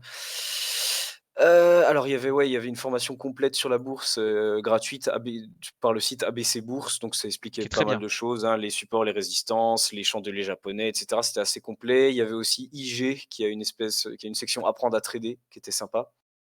Et puis voilà, j'ai regardé, 2-3 bouquins, mais j'avoue que je suis moins j'ai du mal à m'intéresser dans les bouquins, de bourse. Pourtant, c'est des choses qu'il faudrait que je lise, genre, je sais qu'il y a plusieurs références qu'il faut au moins lire en diagonale dans sa vie, La psychologie des grands traders, certains bouquins de Warren Buffett et cetera. Moi, j'ai un peu de mal à mettre dans les bouquins, c'est sans doute une erreur, je pense et L'investisseur c'est juste intelligent, que très bon livre, hein. Moi, je suis pas très livre, hein, à part les mangas, les BD. mmh, L'investisseur intelligent, il se lit très très bien. ouais. C'est très très bien, ouais. Moi, je suis Non, pas Même bah, si trop c'est livre. pas son style même si c'est pas son style de trading, en plus, c'est mmh, une ouverture d'esprit, tu vois autre chose. Ça prend toujours, de toute façon. ouais Parce que et Investisseur c'est vrai que intelligent, ça c'est plus de la value, je crois. c'est de la value, Non. en fait, c'est Graham, hein, c'est le auteur de Buffett, qui a écrit ça. Et on dit que c'est le livre à lire au moins une fois dans sa vie quand on est trader. Et en fait, c'est pas une méthode que j'utilise, mais en fait, si on peut utiliser avec le breakout, mais c'est que de la logique pure en fait. Et en fait, beaucoup des citations que j'utilise sur Twitter viennent de ce livre, et c'est que du bon sens en fait. Et, euh, et en fait, ça permet aussi psychologiquement, comme on se dit que ça vient d'un mec qui est comme Graham, bah, quand il se passe des mouvements de foule sur le marché, bah, souvent je me rappelle d'un extrait de ce livre, et ça me permet de me calmer en fait. mmh. Ça me sert de base en fait, un support. Et voilà, je le conseille, hein. Alors, il est un peu cher, hein, ce livre malheureusement, mais moi ça m'a beaucoup appris sur la psychologie du marché et sur moi-même en fait. Je pense que ouais, la chose que peuvent nous apporter les livres au-delà de comment trader, ou des méthodes, entre guillemets, pas miracles, hein, c'est parce que c'est pas ce qui est demandé, mais plutôt que des méthodes et cetera, c'est plus un état d'esprit et un esprit critique enfin, sur ce qui se passe sur le marché. C'est ça, c'est de la psychologie de marché, savoir, ce que le marché apprécie, le marché n'apprécie pas, qu'est-ce qui se passe en général, sur des publications importantes. Donc c'est souvent vendu, acheter la rumeur, vendre la nouvelle, ça s'est illustré plusieurs fois. Mais après il y a plein de choses dans la littérature qui peuvent nous apporter beaucoup, dans notre, dans le trading finalement. Ouais, puis après, il y a investir et puis acheter des actions haussières ou des dossiers dans lequel on croit, ça peut être Airbus aujourd'hui et peu importe, et couper et revenir dans 5, 10, 30 ans, et trader, faire du trading en regardant plusieurs fois par jour ou sans arrêt ou plusieurs fois par semaine. Déjà, c'est pas du tout la même approche. Et du coup, dans l'approche trading, on a parlé de la psychologie, mais l'expérience, enfin, c'est aussi un facteur énorme, même sur certaines actions, parce qu'en fait, il y a des actions qui, pour une même publication qu'une autre action va faire, va réagir en termes techniques et de marché différemment, et des supports. Enfin, c'est un peu comme en fait, la bourse, on parle du marché, et des fois, c'est assez marrant d'écouter les commentaires des, pas des économistes, mais des journalistes économiques, parce que ils parlent du marché comme d'une entité vivante. Et en fait, la bourse, les valeurs, les actions quand on regarde les évolutions de cours, finalement, c'est très organique. Et donc, chaque action, elle a sa propre vie. On parle de respiration, à la consolidation, à la trop montée, RSI en surchauffe. Enfin, c'est des notions physiques qu'on met.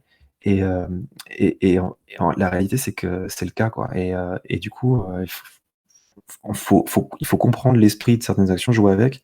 Ce qui est pas mal, je pense, c'est d'essayer de se faire un petit, quand on fait du training en tout cas, c'est d'essayer de se faire un petit lot d'actions. Et ça, ce lot d'actions, il peut grossir potentiellement avec le temps, avec l'expérience. Et ben, plus on a un lot d'actions qui est important, plus on peut profiter d'opportunités à un instant T.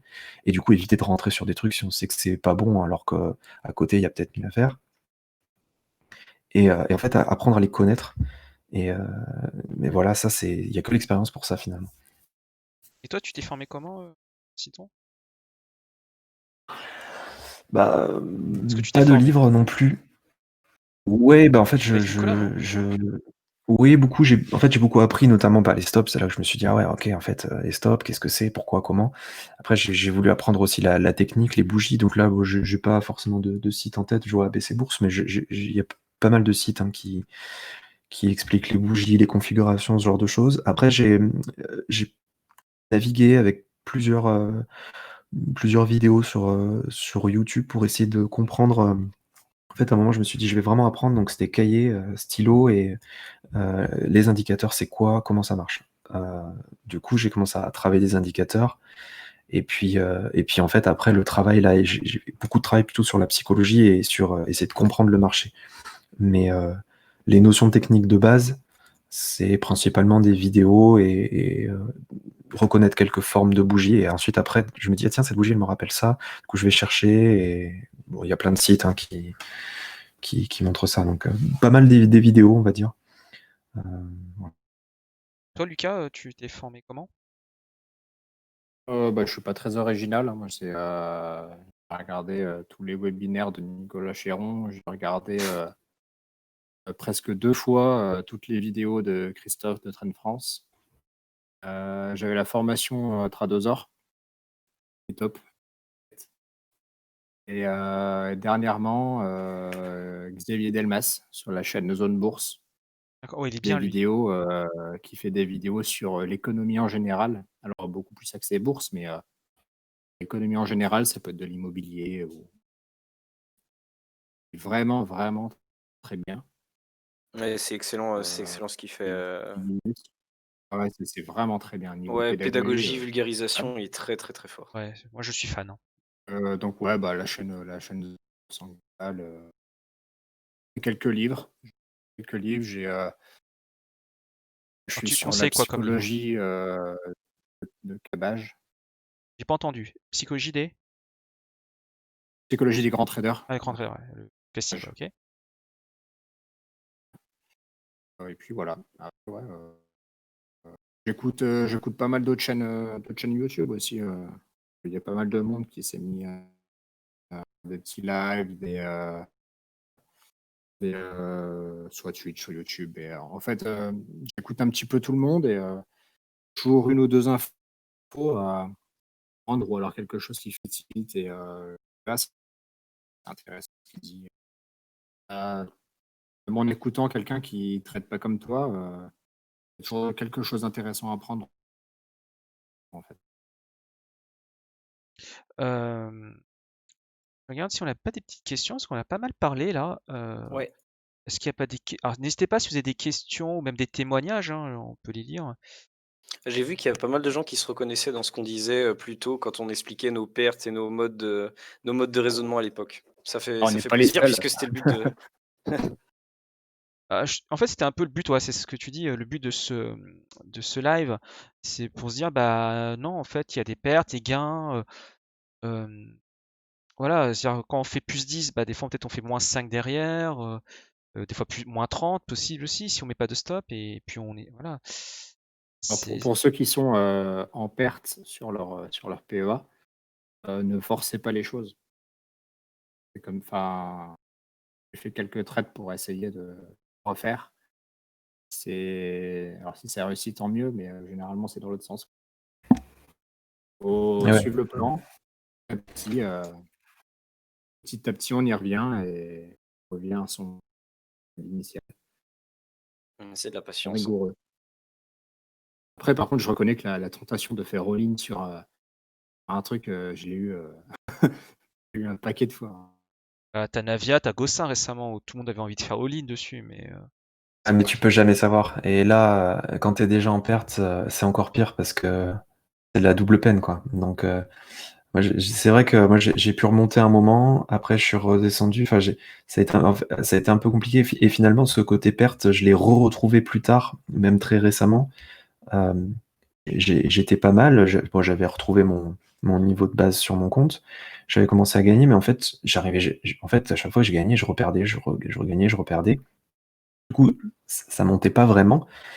Et, et après, j'ai réussi à débloquer certaines choses et à comprendre d'autres choses. Donc là, c'est bien parti. Puis j'ai fait des bons coups aussi. Donc c'est bien parti. Sauf que le problème, c'est que j'avais un manque de maîtrise. Fait que, bah, bon, il y a eu Pfizer qui a clairement pas aidé.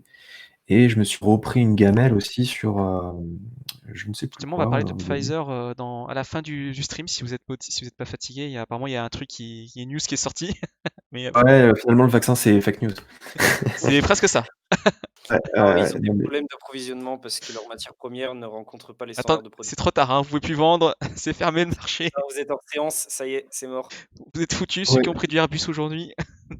c'est cadeau, quoi. Ouais, donc c'est Non, clair. non, apparemment, ça a pas trop corrigé, parce qu'il y a Oui, j'avais les futurs en d'autres face. sociétés, hein, c'est pour rassurer, parce que là, on troll un peu, mais En fait, je pense pas, vraiment, juste après on fermera la parenthèse, mais je pense pas que ça inquiète vraiment le marché. Il y aura peut-être une petite correction à court terme, mais en fait, la news du vaccin, c'est pas vraiment que ça y est, le vaccin va arriver vite. C'est plutôt que le vaccin, c'est possible. Et je pense que c'est plutôt ça qui a rassuré le marché. Et il n'y a pas que Pfizer, il y en aura beaucoup d'autres. Et d'ailleurs, je crois je sais pas si c'était le PDG ou quelqu'un d'autre de Pfizer qui disait qu'en fin 2021, l'offre de vaccins dépassera la demande, en fait. Ah, j'ai vu Et ça aussi, ouais. c'est-à-dire que les vaccins, ça va être quelque chose, ça va exister, ça va être là. Pour l'instant, on ne sait pas encore trop si ça va marcher, mais je pense que le marché dit, bah voilà, il y en a 4. Là, pour l'instant, il y en a 3 ou 4 qui sont en fin de développement. Et il y en aura sans doute d'autres, et donc il y en aura forcément un qui marchera où il y aura des résultats. Mais bon, après, c'est pas exclu qu'on ait une petite correction à court terme, surtout que sur les apparemment, indices, ça a été on est. annoncé juste avant, quelques minutes avant la clôture des futurs du CAC 40. Le CAC 40 a fait moins 0,60 apparemment. On dirait presque que les US veulent nous font toujours des coups comme ça, soit en fin de séance régulière, soit en fin de futur, quoi. C'est toujours comme ça. Donc On verra demain voilà, matin, mais ça n'a pas l'air critique, ouais. donc on verra. Mais vous inquiétez pas, hein, apparemment les futurs des US, ça a l'air pas mal là, hein, je regarde, ça a l'air pas mal. Rassurez-vous, de toute façon vous avez mis les stops, ça va aller. Ça. Futur S&P, elle est verte, je crois. Bah, tout est vert en fait hein, dans les Elle est futurs. remontée, ouais. Je veux dire, le VIX, il Sauf, est monté, mais c'est rien, hein, ah ouais, c'est Par contre, rien. il y a une bougie bizarre, hein, je vous le dis, hein, il y a une bougie bizarre vers la clôture. Deux Je belles vends tout à bougies l'open, vers le moi. haut et vers le bas, hein. Donc rassurez-vous. De toute façon, ça remontera toujours. J'arrête avec cette phrase. Alors, on a des questions. Désolé, peut-être que ça vous intéresse plus qu'on parle de Pfizer. Je crois que j'ai vu Raphaël qui posait des questions. Comment avez-vous appréhendé votre première grosse position en plus-value? Bah, ils n'ont pas C'est vendu, je bien. crois. C'est ça le truc. Non, c'est pas ça, Issa? Bah, moi, j'ai vendu, mais j'ai rechargé quand ça a corrigé, et c'est ça qui m'a fait perdre. D'accord, ok.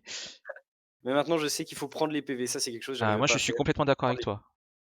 Et typiquement, si j'avais pris ma PV sur Alphen ou sur d'autres valeurs qui ont fait des très beaux. Ou Nakon, aujourd'hui, Nakon qui a percé enfin le mur de 7,76 et qui est monté à 8. Et typiquement, j'aurais dû vendre à 8, tu vois, et le 8 a été Je dis la même vendu. chose. Je me suis dit la même chose tout Et à l'heure. Ouais. voilà, c'est ça qui est dur. Et j'ai réussi à le faire sur Guillemot récemment. J'avais acheté Guillemot à 7,3. Elle est montée. J'ai coupé la moitié de ma ligne dès que ça commençait à corriger. J'avais mis un stop suiveur. En fait, à partir du moment où je coupe rarement à TP. Je mets un stop suiveur à voilà, 1,5%. Comme ça, je sais que si ça monte, bah, j'accompagne. Mais si ça descend, je vends, quoi. Ça ressemble à un ordre ATP, mais avec toujours un petit potentiel de hausse. Moi, j'utilise ça. Toi, Voilà. Lucas, comment tu gères vraiment des grosses values? Alors maintenant, comparé à avant, j'arrive à tenir des trends sur 30, 40, 50. J'ai pas encore eu mon 100%. Hard. Par contre, le problème que j'ai, c'est que ça me fait plus mal de perdre de value potentielle plutôt que de rentrer sur une valeur et de me prendre un stop à moins 3%. Psychologiquement, j'ai plus de mal avec ça et du coup, ça engendre le fait que je monte mon stop parfois trop haut, sur un niveau auquel, je sais qu'il ne faut pas mettre son stop là parce qu'il est plus sous un support. Mais mon cerveau Bah, il accepte pas que je perde de la plus-value, qui est, ouais, je vois ce que tu en veux fait, dire. elle est acquise et j'arrive pas à la voir rebaisser, en fait. C'est vrai C'est que c'est Et douloureux. ben, je me fais taper.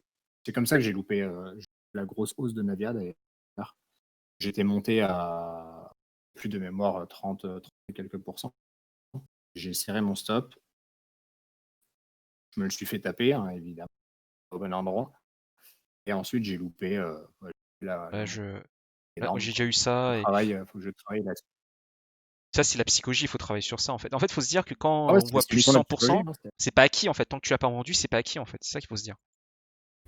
Ouais, pas vendu, pas perdu, mais pas vendu, pas gagné non plus, quoi. Ouais, c'est ça, ouais. Après, du coup, le stop serré, en fait, c'est une manière de prendre sa plus-value sans vraiment la prendre. Le Ah problème, c'est que exact, ça bah, fait c'est rager ce que je me dis, ouais. quand il est tapé et que du coup, ça remonte après, mais en même temps, on peut jamais savoir. Moi, j'ai eu 2 approches, enfin, en fait, plusieurs approches parce que la plus grosse, plus-value que j'ai fait, enfin, en montant, pas en pourcentage, finalement, la première grosse, c'était l'envolée de Gossin cet été, enfin, quand elle est allée jusqu'à 8 et quelques. Et en fait, là, ce que j'ai fait, c'est que la position, je l'ai renforcée à chaque fois. J'étais en UT15 ou UT5 même. Et en fait, quand ça faisait des breaks vers le haut, je renforçais à chaque fois. Et du coup, j'étais arrivé à une position qui était pas trop mal. Je sais plus combien j'avais dessus. Je sais plus exactement combien j'avais dessus. Finalement, c'est moins que ce que je mets maintenant, mais j'avais une position avec des bonnes plus-values. Mais comme j'avais peur que je m'étais déjà pris des déconvenus justement à Gossin et que en fait, j'avais pas envie de perdre. Ce que je faisais, c'est que je prenais des plus-values, je sais pas, tous les plus 5, tous les plus 10%, hop, j'allégeais. Et en fait, je pouvais, parce que j'avais une position qui était de 4-5 000 euros, donc je pouvais enlever 500 euros, enlever 1000 euros dessus. Et comme elle continue à monter, et ben, c'était bien. Bon, le problème, c'est que du coup, je prenais mes plus-values et en fait, je rachetais plus haut encore. Donc, en soi, je capitalisais, puis après, je profitais encore de la hausse. Mais j'avais été un peu frustré parce que je m'étais dit finalement si j'avais continué à grossir la position, à la fin j'aurais eu des plus-values de fou. J'ai fait différemment sur Terra Nexus à un moment où elle a fait une belle hausse. Là pour le coup je me suis dit ok, en fait je continue à acheter. Par contre je prends pas mes plus-values et je mets des stops à tous les niveaux où je rachète et je les monte progressivement. Donc voilà, c'était une technique et là récemment j'ai fait différemment, j'ai mis sur les breakouts directement beaucoup plus gros. Mais par contre, j'étais pas à l'aise. Là, c'est ce que je travaille en ce moment. Le fait d'avoir des positions qui sont grosses sur des tendances qui montent fortement, mais comme je suis pas à l'aise, bah, pareil sur Navia, je m'étais dit ok, je le sens pas, je vais mettre un stop, court et évidemment taper. McPhee, c'était l'exemple parfait. J'avais mis une grosse position, ma première très grosse position, et ben, ça a pas loupé, je me suis pris une gamelle et je suis sorti quasiment à 0 alors que je pouvais faire des plus-values, il aurait fallu que je mette juste le stop sur PRU. Et quand Parce que j'étais rentré sur le break des 28. Quand tu as pyramidé sur Si j'ai Terra en fait, Nexus, tu avais plusieurs stops, enfin tu avais plusieurs niveaux de stop ou à chaque ouais, j'avais pas mal de stops, ouais, j'avais 5-6 stops. En fait, j'avais plusieurs stops, à des montants différents, des niveaux différents. Comme ça, je me disais: «Si jamais ça baisse un peu et je prends une mèche, bon, bah, j'aurais pris des plus-values». J'avais un PRU autour de 8, quelque chose comme ça. À la base et après j'ai pyramidé donc mon PRU est monté jusqu'à 10 peut-être, mais j'étais quand même, large en plus-value et du coup quand elle est montée vers les 14-15, je me disais: «Bon ben, même mes recharges à 14 et quelques, au final, c'est comme si je vendais ce que j'avais acheté à 8». Donc voilà, finalement psychologiquement je le vivais comme ça. Donc je me disais: «Bon, bah, même si je me prends une mèche, c'est pas grave en fait, j'ai pris des plus-values et puis si elle retrace, d'un coup parce que, je sais pas, ça largue aux mauvaises nouvelles ou c'était juste de la spéculation et ben, en fait, c'est pas grave, j'aurais quand même pris les plus-values. Mais par contre, si elle monte, bah, je suis toujours dedans. Comme j'avais une cible qui était assez élevée, du coup, Voilà, je l'ai joué comme ça cette fois-ci. J'essaie de faire un peu ça aussi. Le pyramidage, alors c'est pas simple. Pyramidage, assez vite, et du coup, de mettre plusieurs niveaux de stop. Tu fais plusieurs trades en un. Tu peux rapidement faire grossir tes gains comme ça. Ce que je trouve mal, alors ça marche bien. Moi, vraiment, c'est ma config préférée. Quand tu as une valeur qui, pendant 3 jours, par exemple, va avoir une tendance soutenue. Mais après, bon, souvent, c'est des valeurs qui, malheureusement, retracent vite. Mais quand ça va prendre entre plus 5 et plus 15 par jour, voire encore plus, hein, en général, ça rentre fort et ça consolide à plat dans la journée. Et ça, c'est très visible en unité 1 heure enfin, c'est très particulier. On voit bien des petits escaliers, en fait. Et ben là, le pyramidage, c'est assez royal parce que on peut rentrer dedans, on remonte les stops et on a que des stop win. Mais il faut vraiment faire attention parce que généralement, c'est des mouvements qui sont excessifs. Et donc, du coup, ils sont excessifs dans le sens inverse aussi. Donc, finalement, le danger, il est là. Mais après, c'est intéressant. Bon, il faut être devant, évidemment. Hein, c'est pas quelque chose où on peut placer. Enfin, c'est pas évident parce que ça se passe sur des unités courtes. Mais c'est assez intéressant. Et moi, ce que j'ai appris dans cette démarche-là, c'est prendre à acheter entre guillemets haut. Des fois, il y a une valeur, on se dit, ouais, elle est à 3 euros, moi je la verrais bien à 2 plutôt, j'achète pas en dessous. Et finalement, à un moment, elle monte, elle se retrouve à 3,50, 3,75, 4 euros. On se dit, mais c'est pas possible, je vais pas acheter. Et en fait, à la fin du mois, elle est à 11 euros. Bah, c'est Gossin, hein, Gossin, moi j'en ai vendu sous 2 euros en moins-value. Bon, bah, quand on voit où elle est aujourd'hui, voilà quoi. Donc, faut pas hésiter à se dire des fois, quand c'est très soutenu parce qu'il y a des gros volumes et que ça monte, faut profiter de la tendance, quoi. Ça, c'est assez marrant parce que quand je regardais l'historique de mes trades, là, quand je préparais entre guillemets vite fait le live, j'ai fait l'historique de mes trades perdants, mais j'ai aussi fait l'historique de mes trades gagnants. Et en fait, quand je regarde, donc c'était il y a plusieurs mois, et je me rends compte qu'en fait, j'ai acheté enfin, j'avais la position que pendant une moitié ou un quart de la hausse totale, en fait. Soit j'ai vendu parce que mon stop était trop haut, ou alors j'ai vendu parce qu'il y a eu une petite correction, et puis ça remontait très vite derrière, comme par exemple il y a pu avoir sur Esker ou sur Sartorius, des fois sur des mèches assez basses.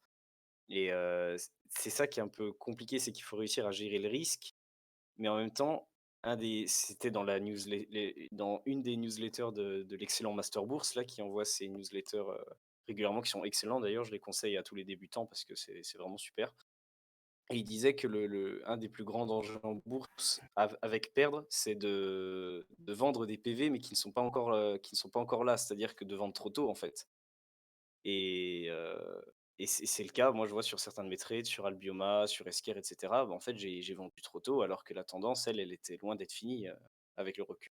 Mais c'est que Laissez courir justement, les gars. ton PRU, tes PV latentes, etc., au bout d'un moment, il faut prendre ses gains, mais en même temps, il faut savoir aussi faut savoir aussi prendre un peu de recul, c'est ça qui est un peu délicat. Et puis ça s'apprend. Encore une fois, c'est de l'expérience, quoi. Se dire, ok, la hausse, elle peut continuer. Et des fois, prendre un peu de recul en se disant graphiquement, ouah, c'est pas beau là. Je sens qu'elle a épuisé. Après, on peut se tromper, hein, des fois. Il suffit, il y a eu Gossin hein, sur la montée, quand elle a fait son break là, à 6 et quelques.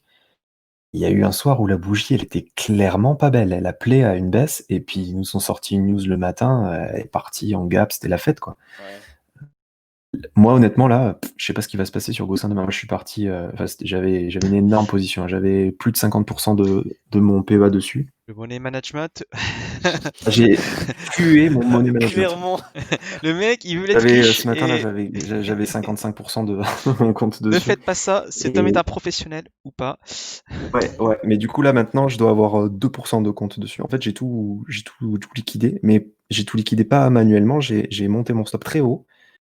Je suis sorti à 10-20. Je suis sorti un peu sous 11, et puis je suis sorti après à 10-20. Parce qu'en fait, moi, je le sentais pas. Je sentais pas ce qu'elle était en train de faire. Peut-être que demain, elle va repartir à la hausse et on va taper 12, 14. Et puis du coup, peut-être que j'en achèterai peut-être à Non, touche 12 pas. euros. Conseil d'amis, touche plus à la Gossin. Ouais, non, j'attends un peu. Attends qu'elle se calme un peu là. Ouais. Attends que le PDG vend tous ses actions. C'est ça. En fait, ce qui m'a mis le tilt, c'est là, il y a eu 3 news qui sont sorties. Ça me semble beaucoup. Une semaine, ouais. Ouais, ça T'inquiète, me il y en aura une semble. autre, hein, Yous, mais La prochaine, c'est augmentation de capital. Gossin réalise.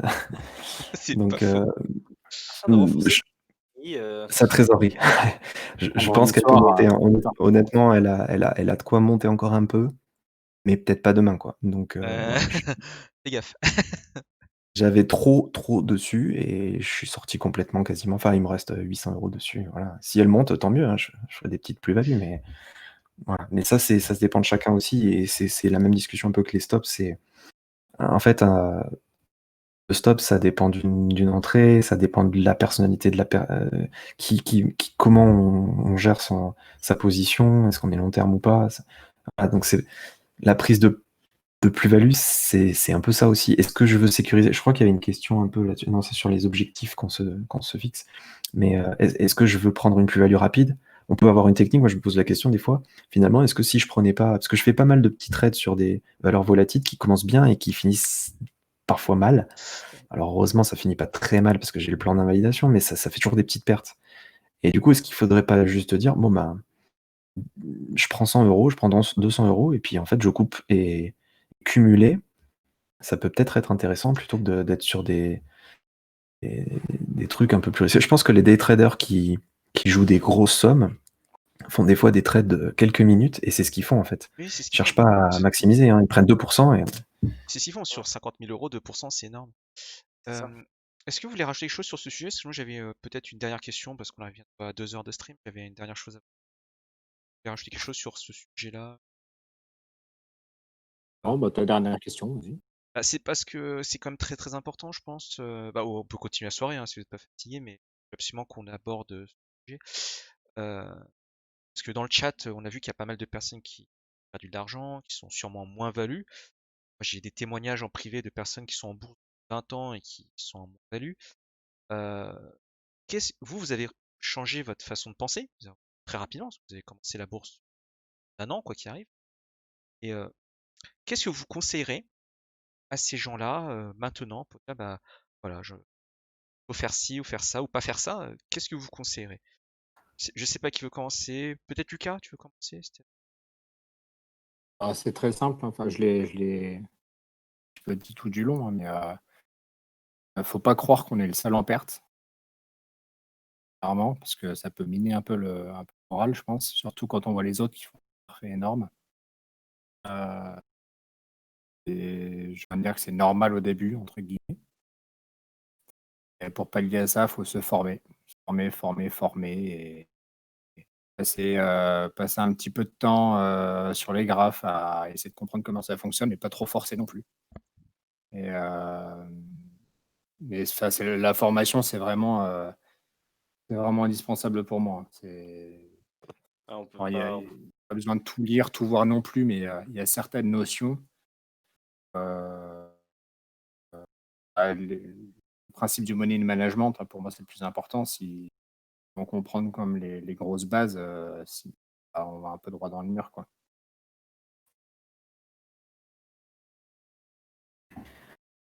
Et enfin, quand j'insiste aussi là-dessus, hein, pas se miner le moral en se disant qu'on est en perte et qu'on ne va pas réussir à remonter ça. ouais, et puis pas essayer de se refaire, surtout comme on l'a dit tout à l'heure, rester patient. Et c'est voilà, se former, rester patient, money management, essayer de comprendre pourquoi on s'est trompé. Et ça vient doucement, quoi. Et puis après, on reprend confiance. Et là, éventuellement, on peut se dire, OK, ma jauge de risque, je l'augmente un peu. Ça fait partie du money management, d'ailleurs. Christophe Trend France l'explique, il me semble, dans ses vidéos, à partir de combien de trades perdants on arrête de mettre une certaine somme, on arrête tout simplement on diminue le risque. Et moi, j'aime bien avoir un peu cette approche aussi où je me dis, OK, là, ça fait 3 fois que je perds, je vais arrêter de faire un truc risqué, ou là, je suis pas mal, ou bon, je regarde un peu aussi, j'essaie de comprendre le contexte de marché. C'est assez sain, je pense. Parce que le fait de se dire ok j'ai perdu, enfin ça psychologiquement on est un peu en rage quoi, on se dit non mais c'est pas possible et là on va faire des bêtises. C'est là qu'on va faire des bêtises. On voit des gens dire ah c'est énorme cette action et tout, ok c'est bon j'y vais, je vais me refaire. Et voilà, c'est l'erreur. Il y a un truc un peu vicieux, je trouve aussi avec la bourse. Alors, moi, je sais pas, mais quand même investi des grosses sommes quand même. Même si on prend une ligne de 1000 euros, c'est 1000 euros. Et moi, personnellement, j'ai pas l'impression de.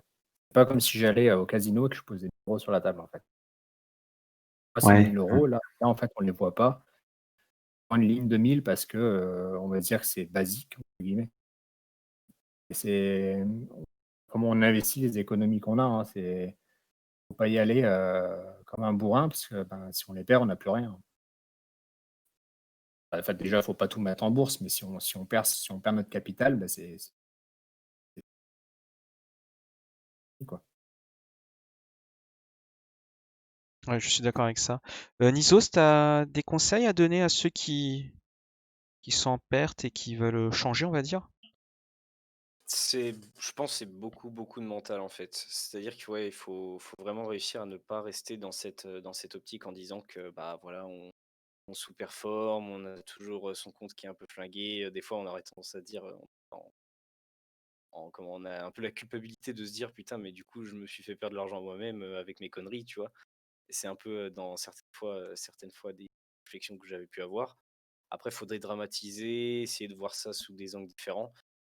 Moi, je suis vraiment persuadé il y a une grosse part de mental dans l'investissement, dans le trading, et il y a aussi une grosse part de plan, de technique.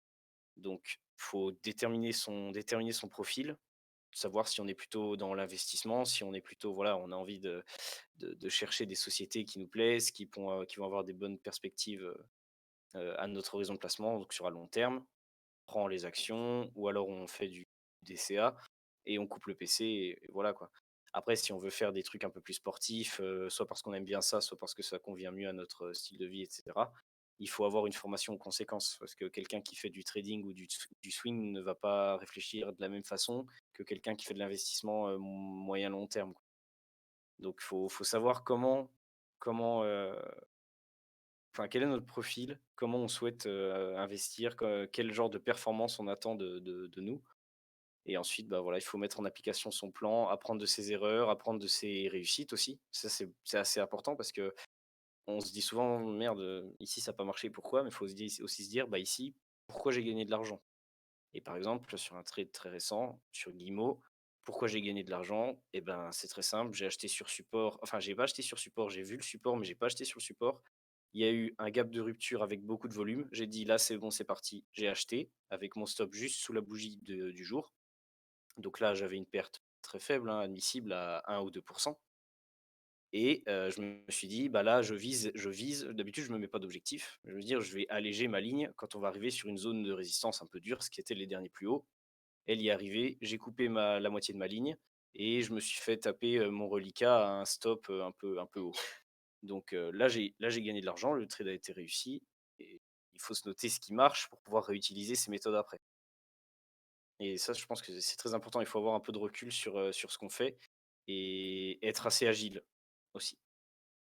Et de toute façon, après, au-delà de tout ça, quel que soit le profil, quel que soit le type de trading que vous faites, je pense que pour optimiser ses chances de réussite, il faut juste aller sur des dossiers haussiers. Moi, il y a des gens, notamment sur Twitter, qui traitent valeurs nulles à chier selon mes standards. Voilà, Parle de moi là. Michael, Tata Irma, Groomy, tout ça, ils font des pertes, ils font des perfs. Donc ce qu'ils disent, hein, ils font des perfs de ouf. Il y a un chi aussi, ils font des perfs de ouf à trader des valeurs, mais moi, je les admire pour ça parce qu'ils sont capables de dire oh putain, alors que ce truc-là, ça fait que baisser. Ils font se dire oh là, il y a un signal technique en 5 minutes et boum, et ils se font 2, 3, 4, 5% et puis ils vendent direct. Moi, j'admire parce Ils qu'il faut passent, avoir des nerfs en acier, tu vois. la journée devant. Hein. Voilà, ils passent la journée devant, ils ont énormément d'expérience, ils ont un feeling de marché qui, voilà, il est éprouvé parce qu'ils font ça tout le temps. Après, pour la très grande majorité des mortels, on va dire, il faut aller sur des dossiers qui sont haussiers ou neutres, savoir quoi acheter, savoir quand acheter. Faut faire ses devoirs, quoi. Étudier la valeur, la technique, et, euh, et toujours faire attention à son risque. Bon. Euh, Est-ce que vous voulez rajouter quelque chose? Parce que je pense qu'on va terminer la soirée sur ça, peut-être. Vous voulez Oh, bah, rajouter très bien, comme ça. Bah, je vous remercie en tout cas d'être venu témoigner vos débuts et de votre recovery. Voilà, je sais pas. Merci au chat d'être resté aussi longtemps, ceux qui sont restés 2 heures. Je crois qu'à un moment il y avait plus de 100 personnes sur le chat. Bah, merci à vous, les deux Max, Lucas, et n'hésitez pas à les suivre sur Twitter. Voilà, il y a Nizos qui est sur son Discord et tout son groupe. On Ah, met il y a le Lucas aussi, lien. on était un enfin, les premiers, on était sur Investing, et on est venus pratiquement ensemble là, sur le Discord. On a créé ça pratiquement ensemble, quoi. Ouais, il y a une bonne communauté aussi. Ouais. Ouais, Ouais. c'est sympa, et c'est assez bon enfant. Il n'y a pas de, enfin voilà, il y a pas de jugement. Les gens partagent sur les valeurs qu'ils suivent. C'est plutôt sympa aussi. Il y a des gens qui ont surtout qui partagent des analyses. Des fois, c'est pas forcément ce que nous on voit. Donc c'est assez intéressant de partager son expérience. Et puis vu que c'est moins, on va dire, public que Twitter, il n'y a pas cette espèce de dire, bah, je vais dire que j'ai fait que gagner de l'argent, quoi. Et il y a certains qui disent, bah putain, je me suis fait massacrer sur telle ou telle valeur. Ouais, Discord, ça fait plus famille, j'ai l'impression. C'est ça, c'est plus. Moi, je suis pas très très actif sur Twitter. En général, je poste des graphes. En général, d'ailleurs, pour ceux qui sont encore là, je poste les graphes de position où en général je suis actionnaire. Pas parce que j'ai envie de les pousser, mais parce que c'est celle que je suis, tout simplement. J'arrive pas trop à suivre des valeurs en dehors. Mais c'est vrai que Discord, c'est plus direct. C'est un feedback qui est plus direct, plus fermé, plus famille que Twitter. Après, bon, voilà, chacun a son format. Mais c'est très bien de coupler différentes sources d'informations. Un dernier mot chacun avant que je coupe le live. Lucas, tu veux dire quelque chose? Tu veux dire bonjour à ta maman ou à ton papa? Ah, mais c'était cool, ça fait plaisir. Puis on fera ça à l'occasion, si ça plaît à pas mal de monde. Pas de souci, si vous voulez Ouais, venir sur une émission ou faire un rapport du soir avec moi, il n'y a aucun problème. Avec ouais, je plaisir. vais laisser ça. On va laisser. Et Lucas l'enfant prodige là. Isos, tu veux dire un dernier mot avant de. Non, je pense que j'ai tout dit. Boursiton, Max? L'autre Max? Ouais, j'ai tout dit aussi. Enfin, Ok. rien à rajouter de plus. Merci d'être là. Bonne soirée tout le monde. Moi, je vais juste Merci dire à un Merci à truc. toi. Hein. Un dernier truc, c'est que samedi, normalement, je suis avec Totor, donc le fondamentaliste, en live. Il sera sur Discord, sur un autre Discord, dans son channel, et on va regarder il va analyser des graphes, il va analyser des sociétés, et moi je regarderai les graphes, un truc en doublon. Normalement, ce sera samedi à 11h. Je sais pas trop si ça va bien se passer, pas de raison, mais j'espère que le live va tenir. Voilà, je vous souhaite une bonne soirée à tous. Au revoir. Eh ben, Bonne merci à soirée. toi. Bonne soirée.